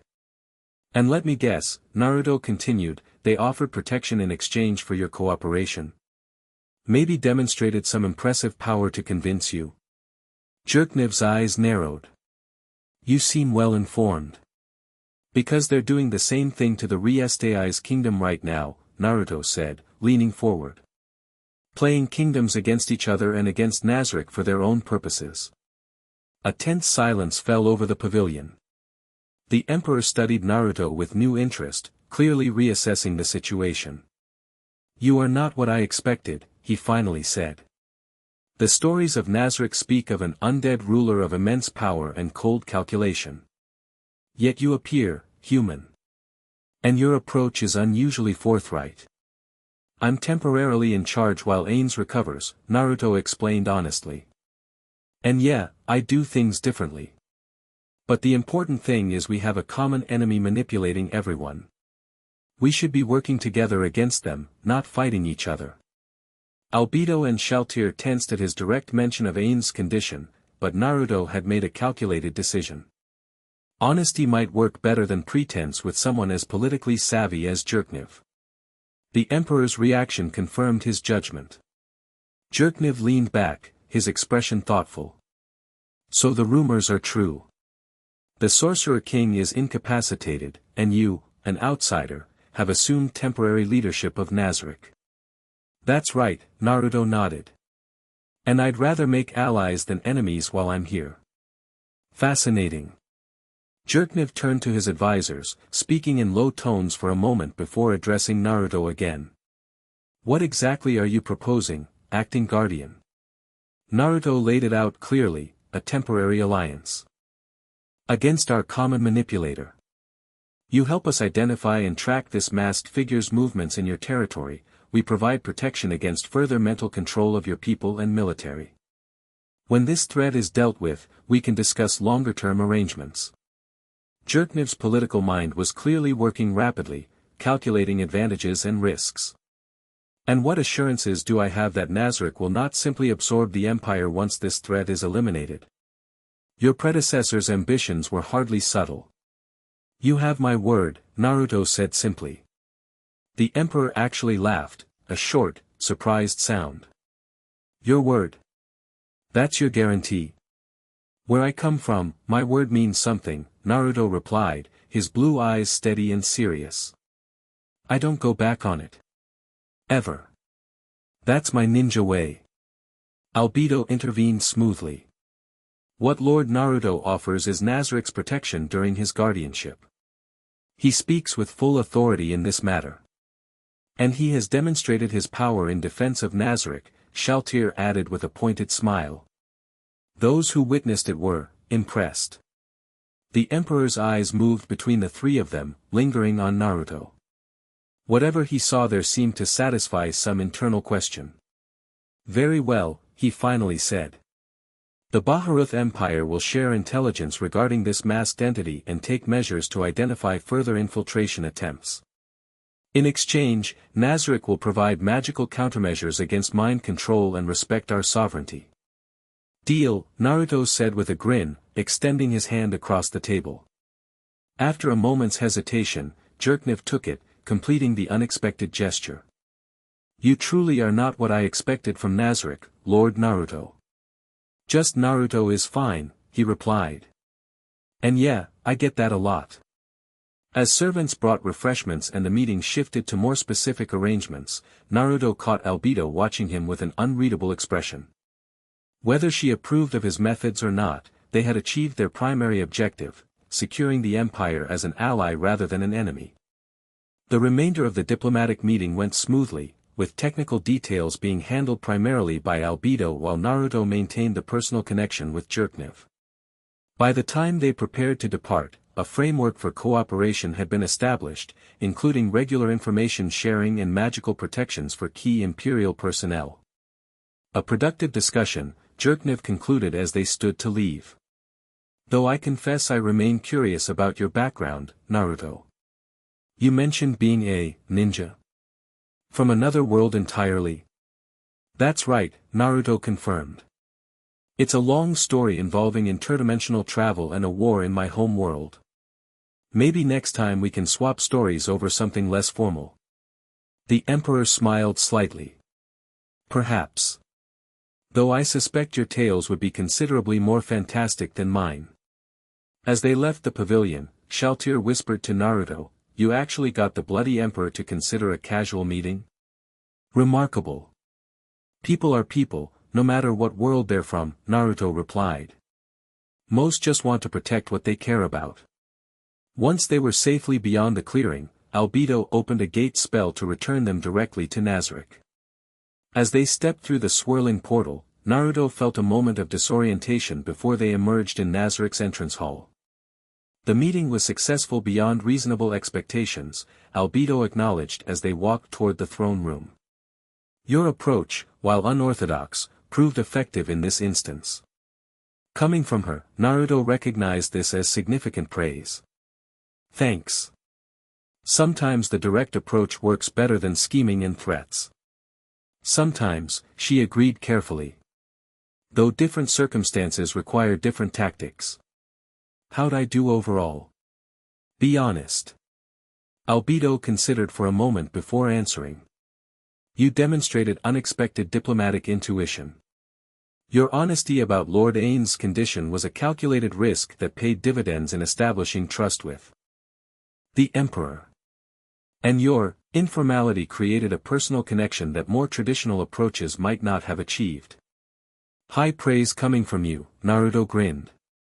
I was worried you'd be mad about me mentioning Ain's condition. It was a tactical decision that proved correct, Albedo replied pragmatically. While protecting Lord Ain's reputation is paramount, in this instance, controlled honesty served our interests better than deception. You're pretty flexible for someone who seemed so rigid at first, Naruto observed. A ghost of a smile touched Albedo's lips. I serve Nazarick's interests above all. Adaptability is necessary for effective service. Before their conversation could continue, a breathless messenger appeared. One of the insect-like creatures Naruto had learned were called cockroach workers. Lady Albedo. Lord Naruto. You must come quickly, there has been a development with Lord Ains. Naruto and Albedo exchanged alarmed glances before rushing after the messenger. Shalltear followed close behind, her earlier playfulness entirely gone. When they reached Ain's chambers, they found Demiurge already there, along with several magical practitioners Naruto didn't recognize. They were gathered around Ain's still form, observing something with intense focus. What's happened? Albedo demanded, hurrying to Ain's side. The seal has changed, Demiurge explained, gesturing to the skeletal figure. Shortly after you departed for the diplomatic meeting, we noticed fluctuations in the energy pattern. Naruto activated his sage mode immediately, examining the invisible seal he'd previously identified. To his surprise, the pattern had indeed changed, some sections had grown stronger while others had weakened. It's adapting, he realized aloud. The seal is responding to something, maybe our attempts to analyze it. Or to your absence from Nazarick, Demiurge suggested thoughtfully. The timing is suggestive. What do you mean? Naruto asked, still studying the altered seal. The changes began precisely when you left Nazarick's boundaries, Demiurge explained. As if the seal was reacting to your departure. Naruto frowned, concentrating harder on the energy patterns. There is something familiar about part of this seal now. It's almost like it's trying to resonate with my chakra somehow. Could the masked entity have designed this specifically with you in mind? Albedo asked sharply. I don't see how that's possible, Naruto replied. I wasn't even in this world when Ains was attacked. Unless your arrival was anticipated, Demiurge pointed out. The entity spoke of you as a world walker and claimed your presence here was no accident. Naruto stepped back from Ains, disturbed by the implication. You think I was brought here deliberately? As part of some plan involving Ains and Nazarick? It seems increasingly likely, Demiurge confirmed. The question is, to what purpose? A tense silence fell over the room as everyone considered the possibilities. If Naruto's arrival had been orchestrated by the same entity that attacked Ains, what did that mean for Nazarick? For his role as temporary guardian? Shalltear broke the silence. Does it matter? Naruto has proven his loyalty to Nazarick through action. Whatever the masked one intended, they clearly didn't anticipate Naruto choosing to defend us rather than exploit our vulnerability. Shalltear is correct, Albedo said, surprising everyone. Intentions aside, Naruto's actions have benefited Nazarick. And if his presence affects the seal on Lord Ains in some way, we must study that connection more carefully. I want to try something, Naruto said suddenly, forming a hand sign. Shadow Clone Jutsu. A perfect copy of Naruto appeared beside him. Without explanation, he directed the clone to place its hands over Ain's chest, directly above the flickering red orb. What are you doing? Albedo asked warily. Testing a theory, Naruto replied, watching intently as his clone channeled chakra toward the seal.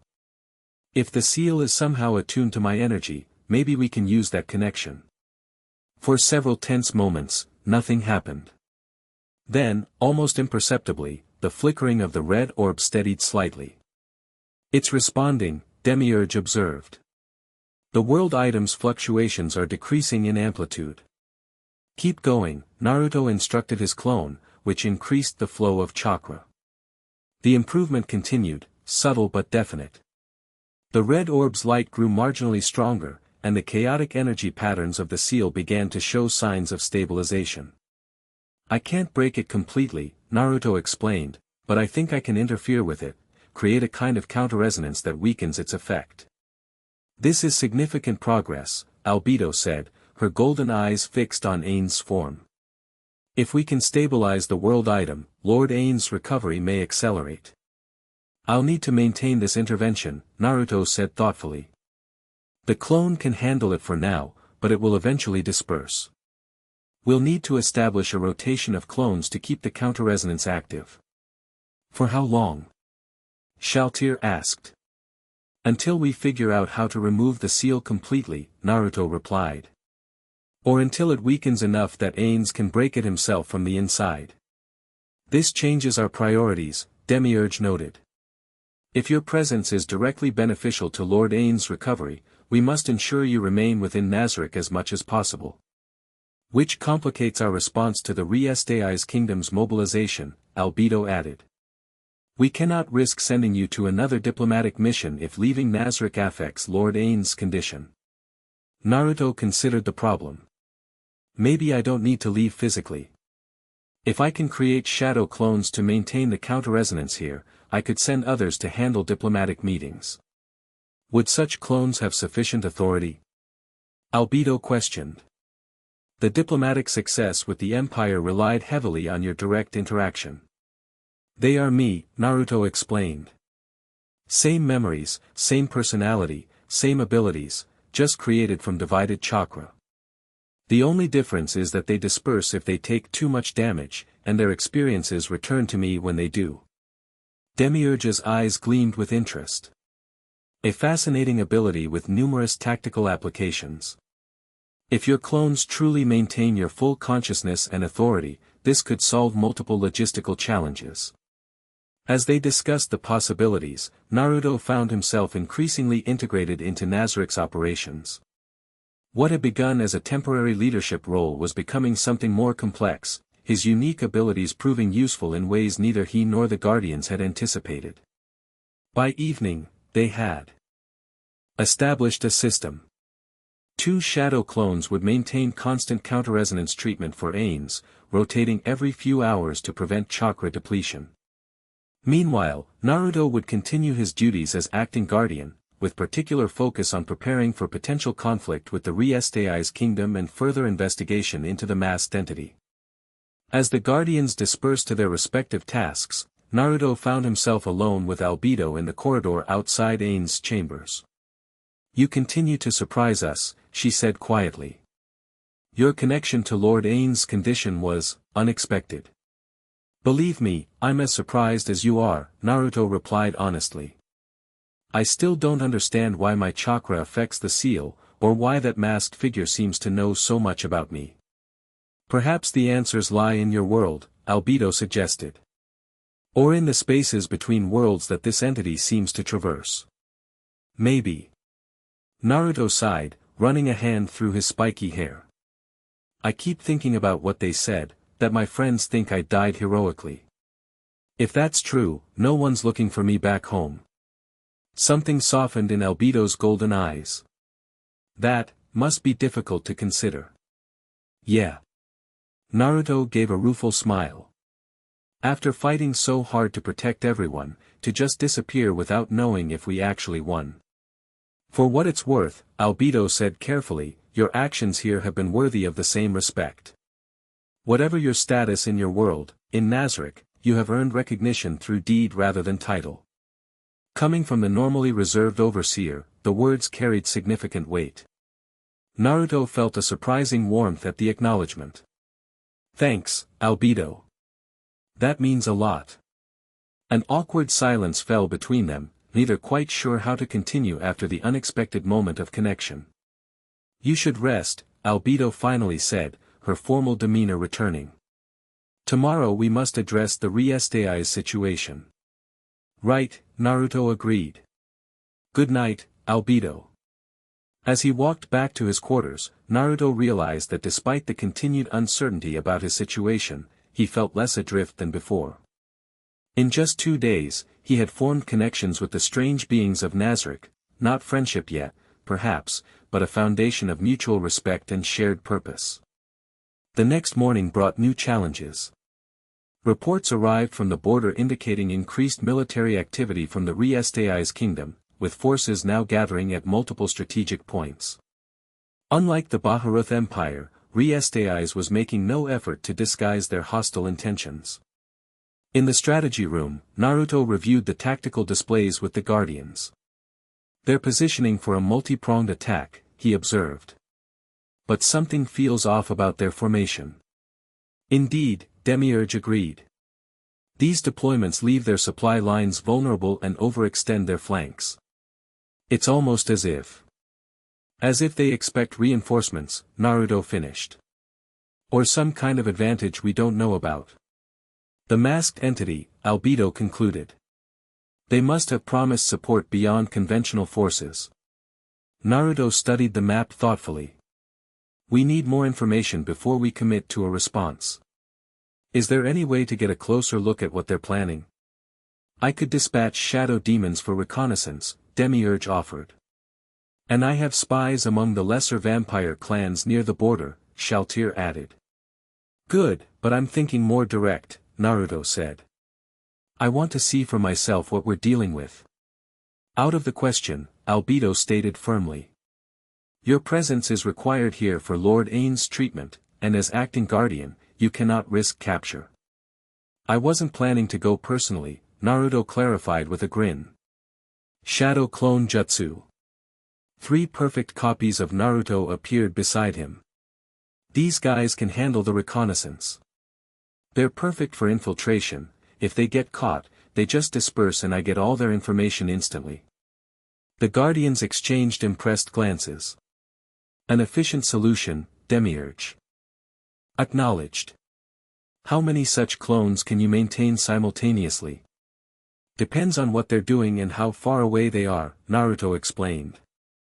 For simple reconnaissance, these 3 won't be a problem even with the 2 maintaining Ain's treatment. Very well, Albedo agreed. But they should be accompanied by our own scouts who know the territory. I'll go with 1, Shalltear immediately volunteered. I can move undetected through the night. And I shall accompany another, Demiurge offered. My transformation abilities will be useful for infiltration. I will guide. The third, Cocytus rumbled. The northern border is under my watch. Plans were quickly finalized. Each clone would investigate a different section of the kingdom's forces, gathering intelligence about their numbers, composition, and any unusual elements that might indicate the masked entity's influence. As the reconnaissance teams prepared to depart, Naruto's original shadow clone monitoring Ain's reported an interesting development. The seal is continuing to weaken under the counter-resonance, the clone explained. And I noticed something new, there's a pattern to the fluctuations, almost like a code or message embedded in the energy. A message? Naruto frowned. Can you decipher it? Not yet, the clone admitted. But it repeats at regular intervals, which suggests deliberate design rather than random disruption. Someone is trying to communicate through the seal itself, Albedo realized. But who? And to what purpose? Focus on recording the pattern, Naruto instructed his clone. Maybe we can crack the code with more data. With the reconnaissance teams departing and additional shadow clones assigned to monitor Ain's condition more closely, Naruto found himself with an unexpected opportunity to explore Nazarick more thoroughly. Despite being its temporary guardian, large sections of the Great Tomb remained unknown to him. Mare, the shy male elf who guarded the 6th floor, volunteered to show Naruto the underground lake and forest that occupied much of his domain. It's really beautiful, Mare explained as they walked through an impossibly vast cavern containing an entire ecosystem. All the plants and creatures here are specially designed by the supreme beings. This place never stops surprising me, Naruto remarked, genuinely impressed by the underground forest with its bioluminescent plants and strange magical creatures. It's like a whole world inside a tomb. Nazarick was created to be perfect, Mare said with obvious pride. Each floor represents different environments and challenges. As they explored, Naruto asked questions about Nazarick's history and creation, trying to understand more about the world he was temporarily responsible for. Mare, though initially nervous, gradually opened up, sharing stories about the supreme beings who had created Nazarick and its inhabitants. So these supreme beings made all of you? Like, literally created you? Naruto asked, trying to grasp the concept. Why yes, Mare nodded. They shaped us according to their divine will. Lord Ains is the last of them who remained with us. And that's why everyone's so loyal to him, Naruto realized. He's literally your creator. One of them, Mare corrected. Each of us was created by a specific supreme being, but we serve them all. Lord Ains stayed when the others left, so our loyalty is to him above all. The conversation gave Naruto new insight into Nazarick's unusual social structure and the almost religious devotion its inhabitants showed toward Ains. It wasn't just respect for a powerful leader, it was the reverence of created beings for their creator. Their exploration was interrupted by a sudden sensation Naruto recognized. One of his reconnaissance clones had dispelled, sending its memories flooding back to him. Whoa, he said, stumbling slightly as the information integrated. We've got trouble. Minutes later, Naruto had assembled the available guardians in the strategy room. The tactical displays showed updated information based on his clone's reconnaissance. Demiurge and my clone found something big, Naruto explained grimly. The Re-STI's forces aren't just gathering for a conventional attack. They're building some kind of massive magical circle along the border. The magical displays showed what his clone had witnessed, hundreds of workers constructing an elaborate pattern of trenches and standing stones, with mages channeling energy into key points around the perimeter. A ritual circle, Albedo identified immediately. Designed for large-scale magic. Precisely, Demiurge's voice came from the communication crystal on the table. Based on what we've observed, they appear to be preparing a dimensional anchoring spell of unprecedented scale. In normal words, Naruto prompted. They're trying to open a portal, Demiurge clarified.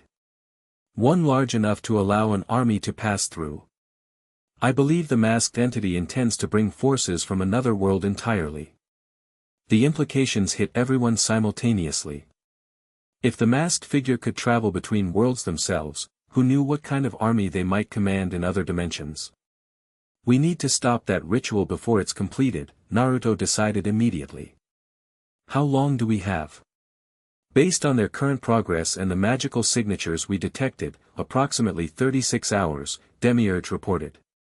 However, they have positioned their conventional forces to protect the ritual site. A direct assault would be costly. And they would expect it, Albedo added. They've likely prepared specific countermeasures against Nazarick's known abilities. Naruto paced thoughtfully. So we need something unexpected. A way to disrupt the ritual without engaging their entire army. A small strike team. Shalltear suggested through her own communication crystal. I could lead an elite force to target the ritual master specifically. Too risky, Naruto replied. From what the clone saw, the ritual site is heavily protected with magical barriers and detection spells. What about approaching from below? Mare suggested quietly. I could create tunnels beneath the ritual circle. They've placed detection wards below ground as well, Demiurge reported. Conventional approaches appear to be covered. Naruto stopped pacing, a familiar grin spreading across his face. Then we don't use a conventional approach. We use something they couldn't possibly prepare for. The Guardians looked at him with interest. Tell me, Naruto asked, how good is their air defense? The plan came together quickly. Using information from all three reconnaissance teams, they identified a vulnerability in the kingdom's defensive preparations. While they had established formidable ground and magical defenses, their air coverage relied primarily on detection rather than interception. They expect flying creatures or teleportation magic, Demiurge explained, both of which their barriers are designed to detect and counter. But they cannot maintain a physical aerial presence over the entire perimeter. Which is where I come in, Naruto said with confidence. Or rather, a lot of me.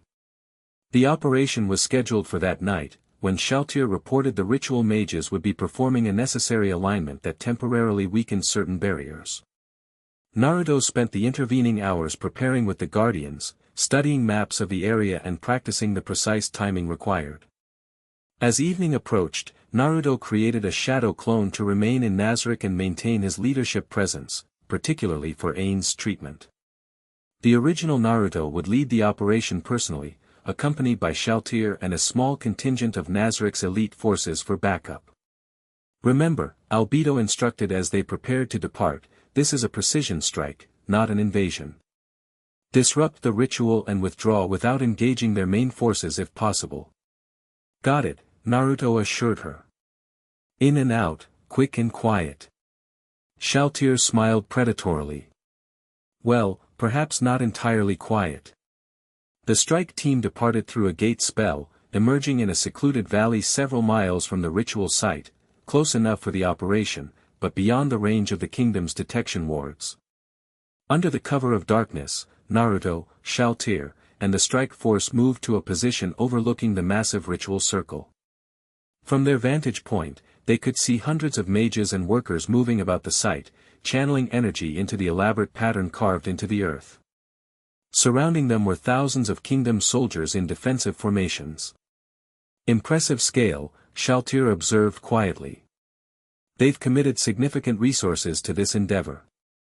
Which means it's important to whoever's pulling the strings, Naruto replied, studying the scene with his enhanced senses. The masked figure must really want that portal opened. Are you certain your plan will work? Shalltear asked, her red eyes gleaming in the darkness. Those barriers are formidable. Naruto grinned.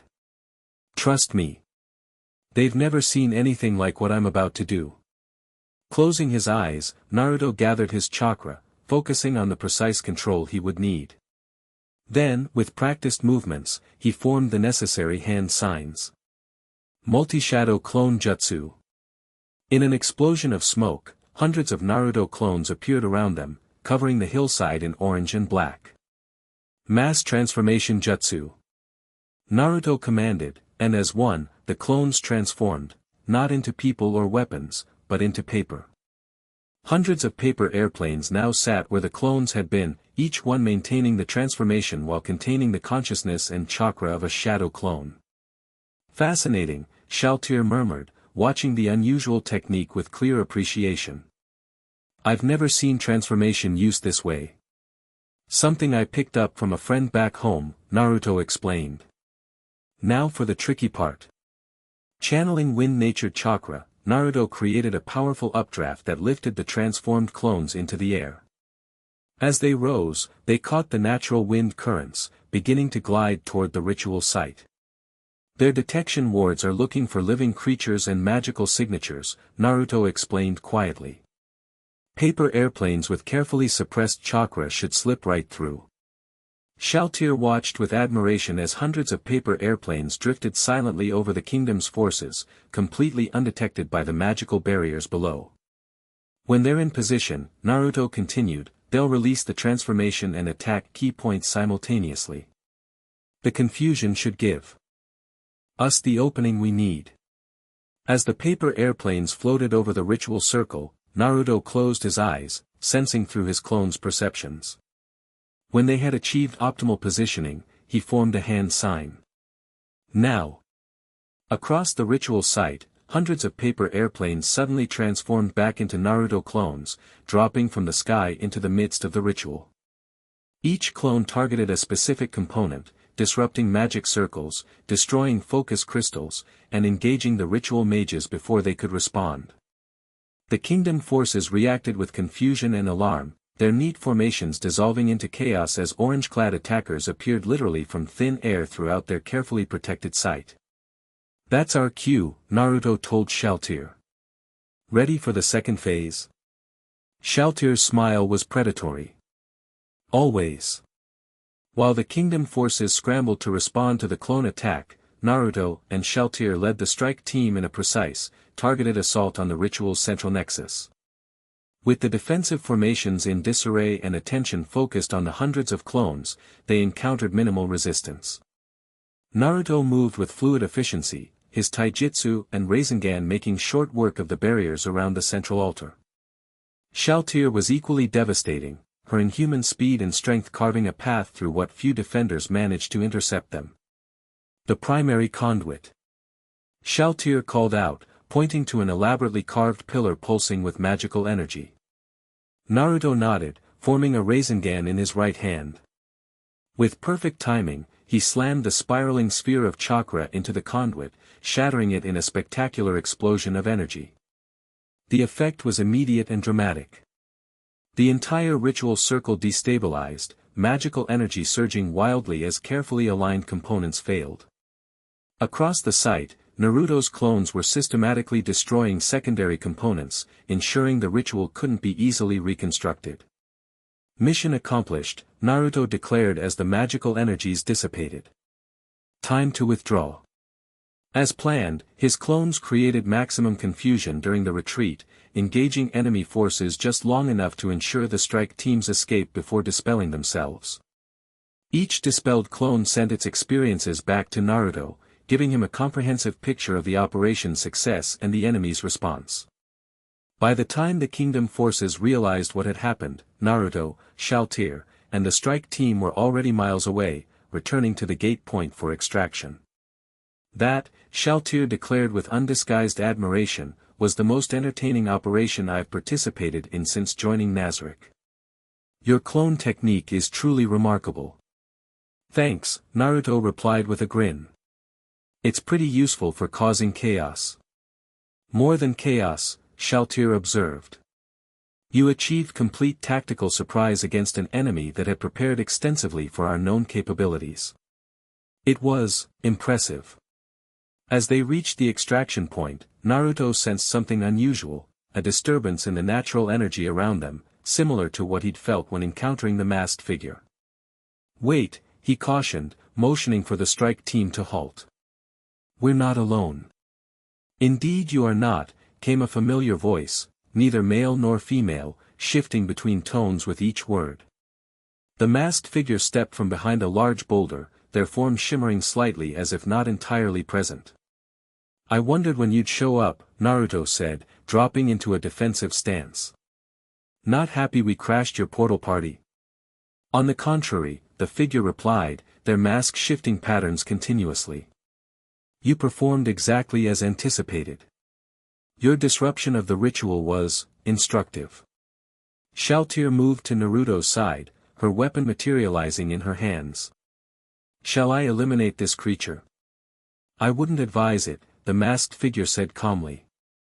I am merely a projection at present, an echo across dimensions. Attacking me would be futile and potentially dangerous for the fabric of this reality. What do you want? Naruto demanded. Why target Nazarick? Why bring me here? So many questions, the figure's voice seemed almost amused. But I suppose you've earned some answers, Shinobi Overlord. The air between them shimmered, forming images like those Naruto had seen during their first encounter, swirling energies and intersecting planes representing different worlds. The multiverse exists in delicate balance, the figure explained. Certain nexus points, places where reality is thinner, allow for the transfer of energy and occasionally beings between worlds. Nazarick is one such nexus, though its inhabitants don't fully understand what they possess. The image shifted to show the great tomb of Nazarick, surrounded by streams of energy flowing in and out of it. Ainz Olgaun accidentally tapped into this power through his world item, the figure continued. He was unwittingly preparing to expand Nazarick's influence across dimensions, a development that would have destabilized the multiverse itself. So you attacked him to stop that? Naruto asked skeptically. I merely paused his activities, the figure corrected. The seal placed upon him is temporary, designed to give all parties time to understand the situation. And where do I fit in? Naruto pressed. Why bring me here? The masked figure's tone changed, becoming almost reverent. You, Naruto Uzumaki, are unique among worldwalkers. Your energy, your chakra, resonates with multiple dimensions simultaneously. You are a natural stabilizer, capable of balancing interdimensional forces without disruption. That doesn't answer my question, Naruto insisted. Doesn't it? The figure tilted their head. I brought you here because Nazarick needs guidance from someone who understands the responsibility of power. Someone who can show Ains a different path than conquest. Someone who can teach these beings about connection rather than domination. Shalltear bristled at this. Lord Ains needs no guidance from outsiders.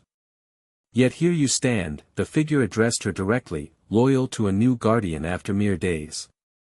Because he has shown you something your creator did not, respect earned through action rather than demanded through fear. The accusation struck a nerve. Shalltear tightened her grip on her weapon, but Naruto placed a restraining hand on her arm.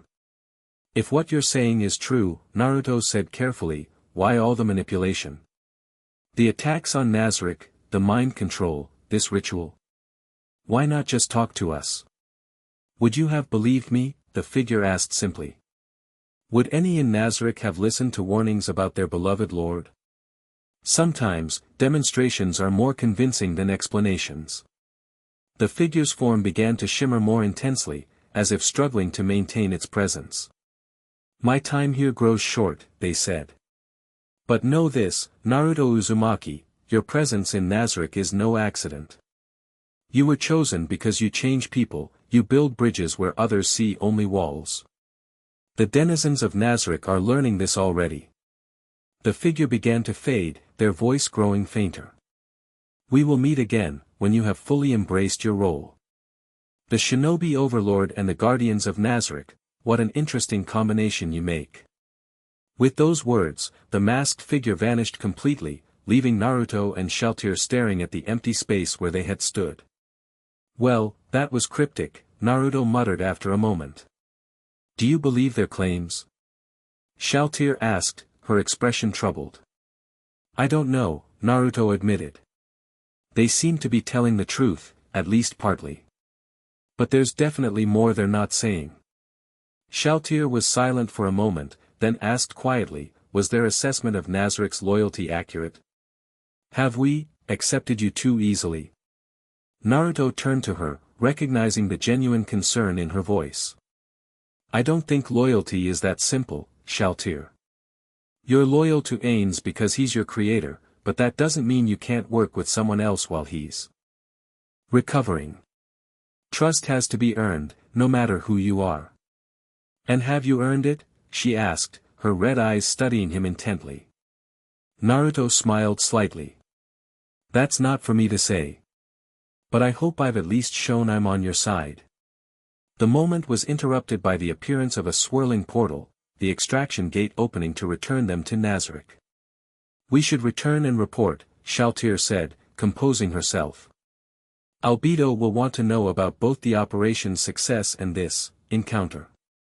Back in Nazarick, the operation was hailed as a complete success.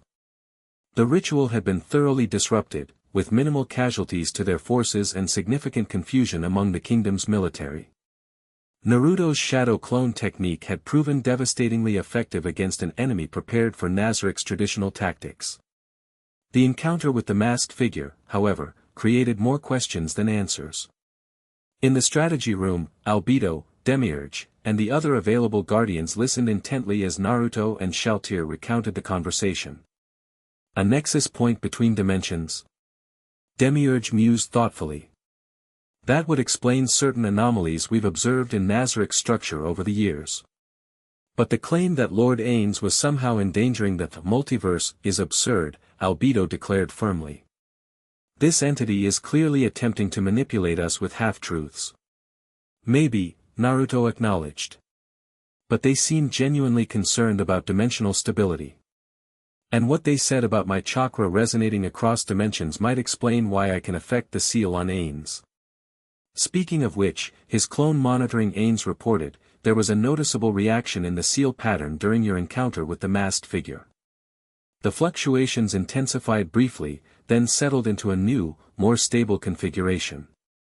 As if the two were connected somehow, Demiurge observed. Fascinating. Naruto rubbed his temples, feeling the weight of too many puzzles without solutions. We need more information, about this multiverse thing, about how Nazarick connects to other dimensions, and about what Ains was doing before he was attacked. The library contained some theoretical texts on dimensional magic, Albedo offered reluctantly. And Lord Ains kept private journals of his research and activities. Then that's where we start, Naruto decided. While we're researching, we should also prepare for the kingdom's response. They won't take the destruction of their ritual lying down. Agreed, Demiurge said. I'll coordinate with our new imperial allies to monitor the kingdom's movements. If they attempt to rebuild the ritual, we'll know immediately. As the meeting concluded and tasks were assigned, Naruto found himself drawn back to Ain's chambers. The skeletal overlord remained motionless, but the red orb in his chest now pulsed with steadier light, still weakened, but more stable than before. You're a mystery, you know that? Naruto said to the unconscious figure. Everyone here is devoted to you, but this masked person seems to think you were about to do something dangerous. Of course, there was no response. Naruto sighed and activated his sage mode, studying the seal once more. The pattern had indeed changed, becoming more ordered and less chaotic. Progress, but still far from a solution. Whoever you are, Naruto continued, I hope you're worth all this loyalty. These people, beings, whatever, they really believe in you. He is. Naruto turned to find Albedo standing in the doorway, her golden eyes fixed on Ains with unmistakable devotion. Lord Ains is worthy of every ounce of loyalty Nazarick provides, she continued, moving to stand beside the bed. He remained when all other supreme beings abandoned us. He has protected and guided Nazarick with wisdom and power beyond mortal comprehension.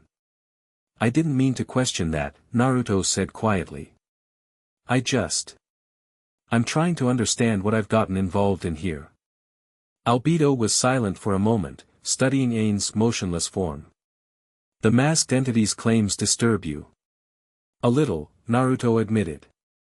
The idea that I was brought here specifically, as part of some cosmic balancing act, it's a lot to process.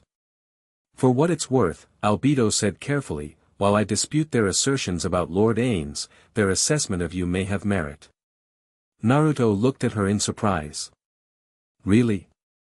Your methods differ greatly from Lord Ains, she explained. Where he inspires awe and sometimes fear, you connect. You treat the guardians as equals rather than servants. It creates a different dynamic, not better or worse, simply different.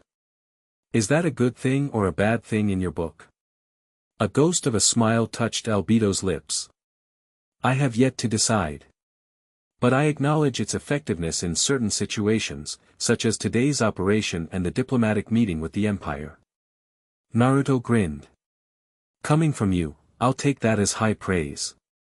They stood in companionable silence for a moment, both watching the steady pulse of the red orb in Ain's chest. I will assist with researching dimensional magic, Albedo finally said.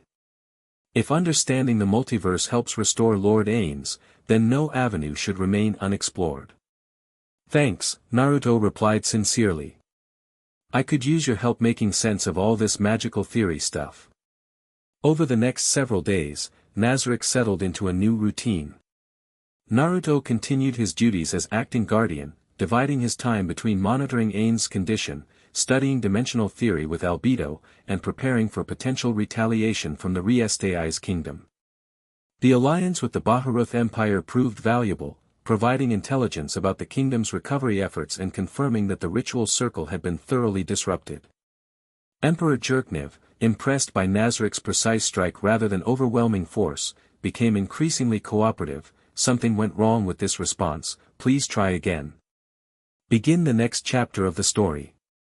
The end. Thank you for watching this video. Please be sure to subscribe to our channel and like this video.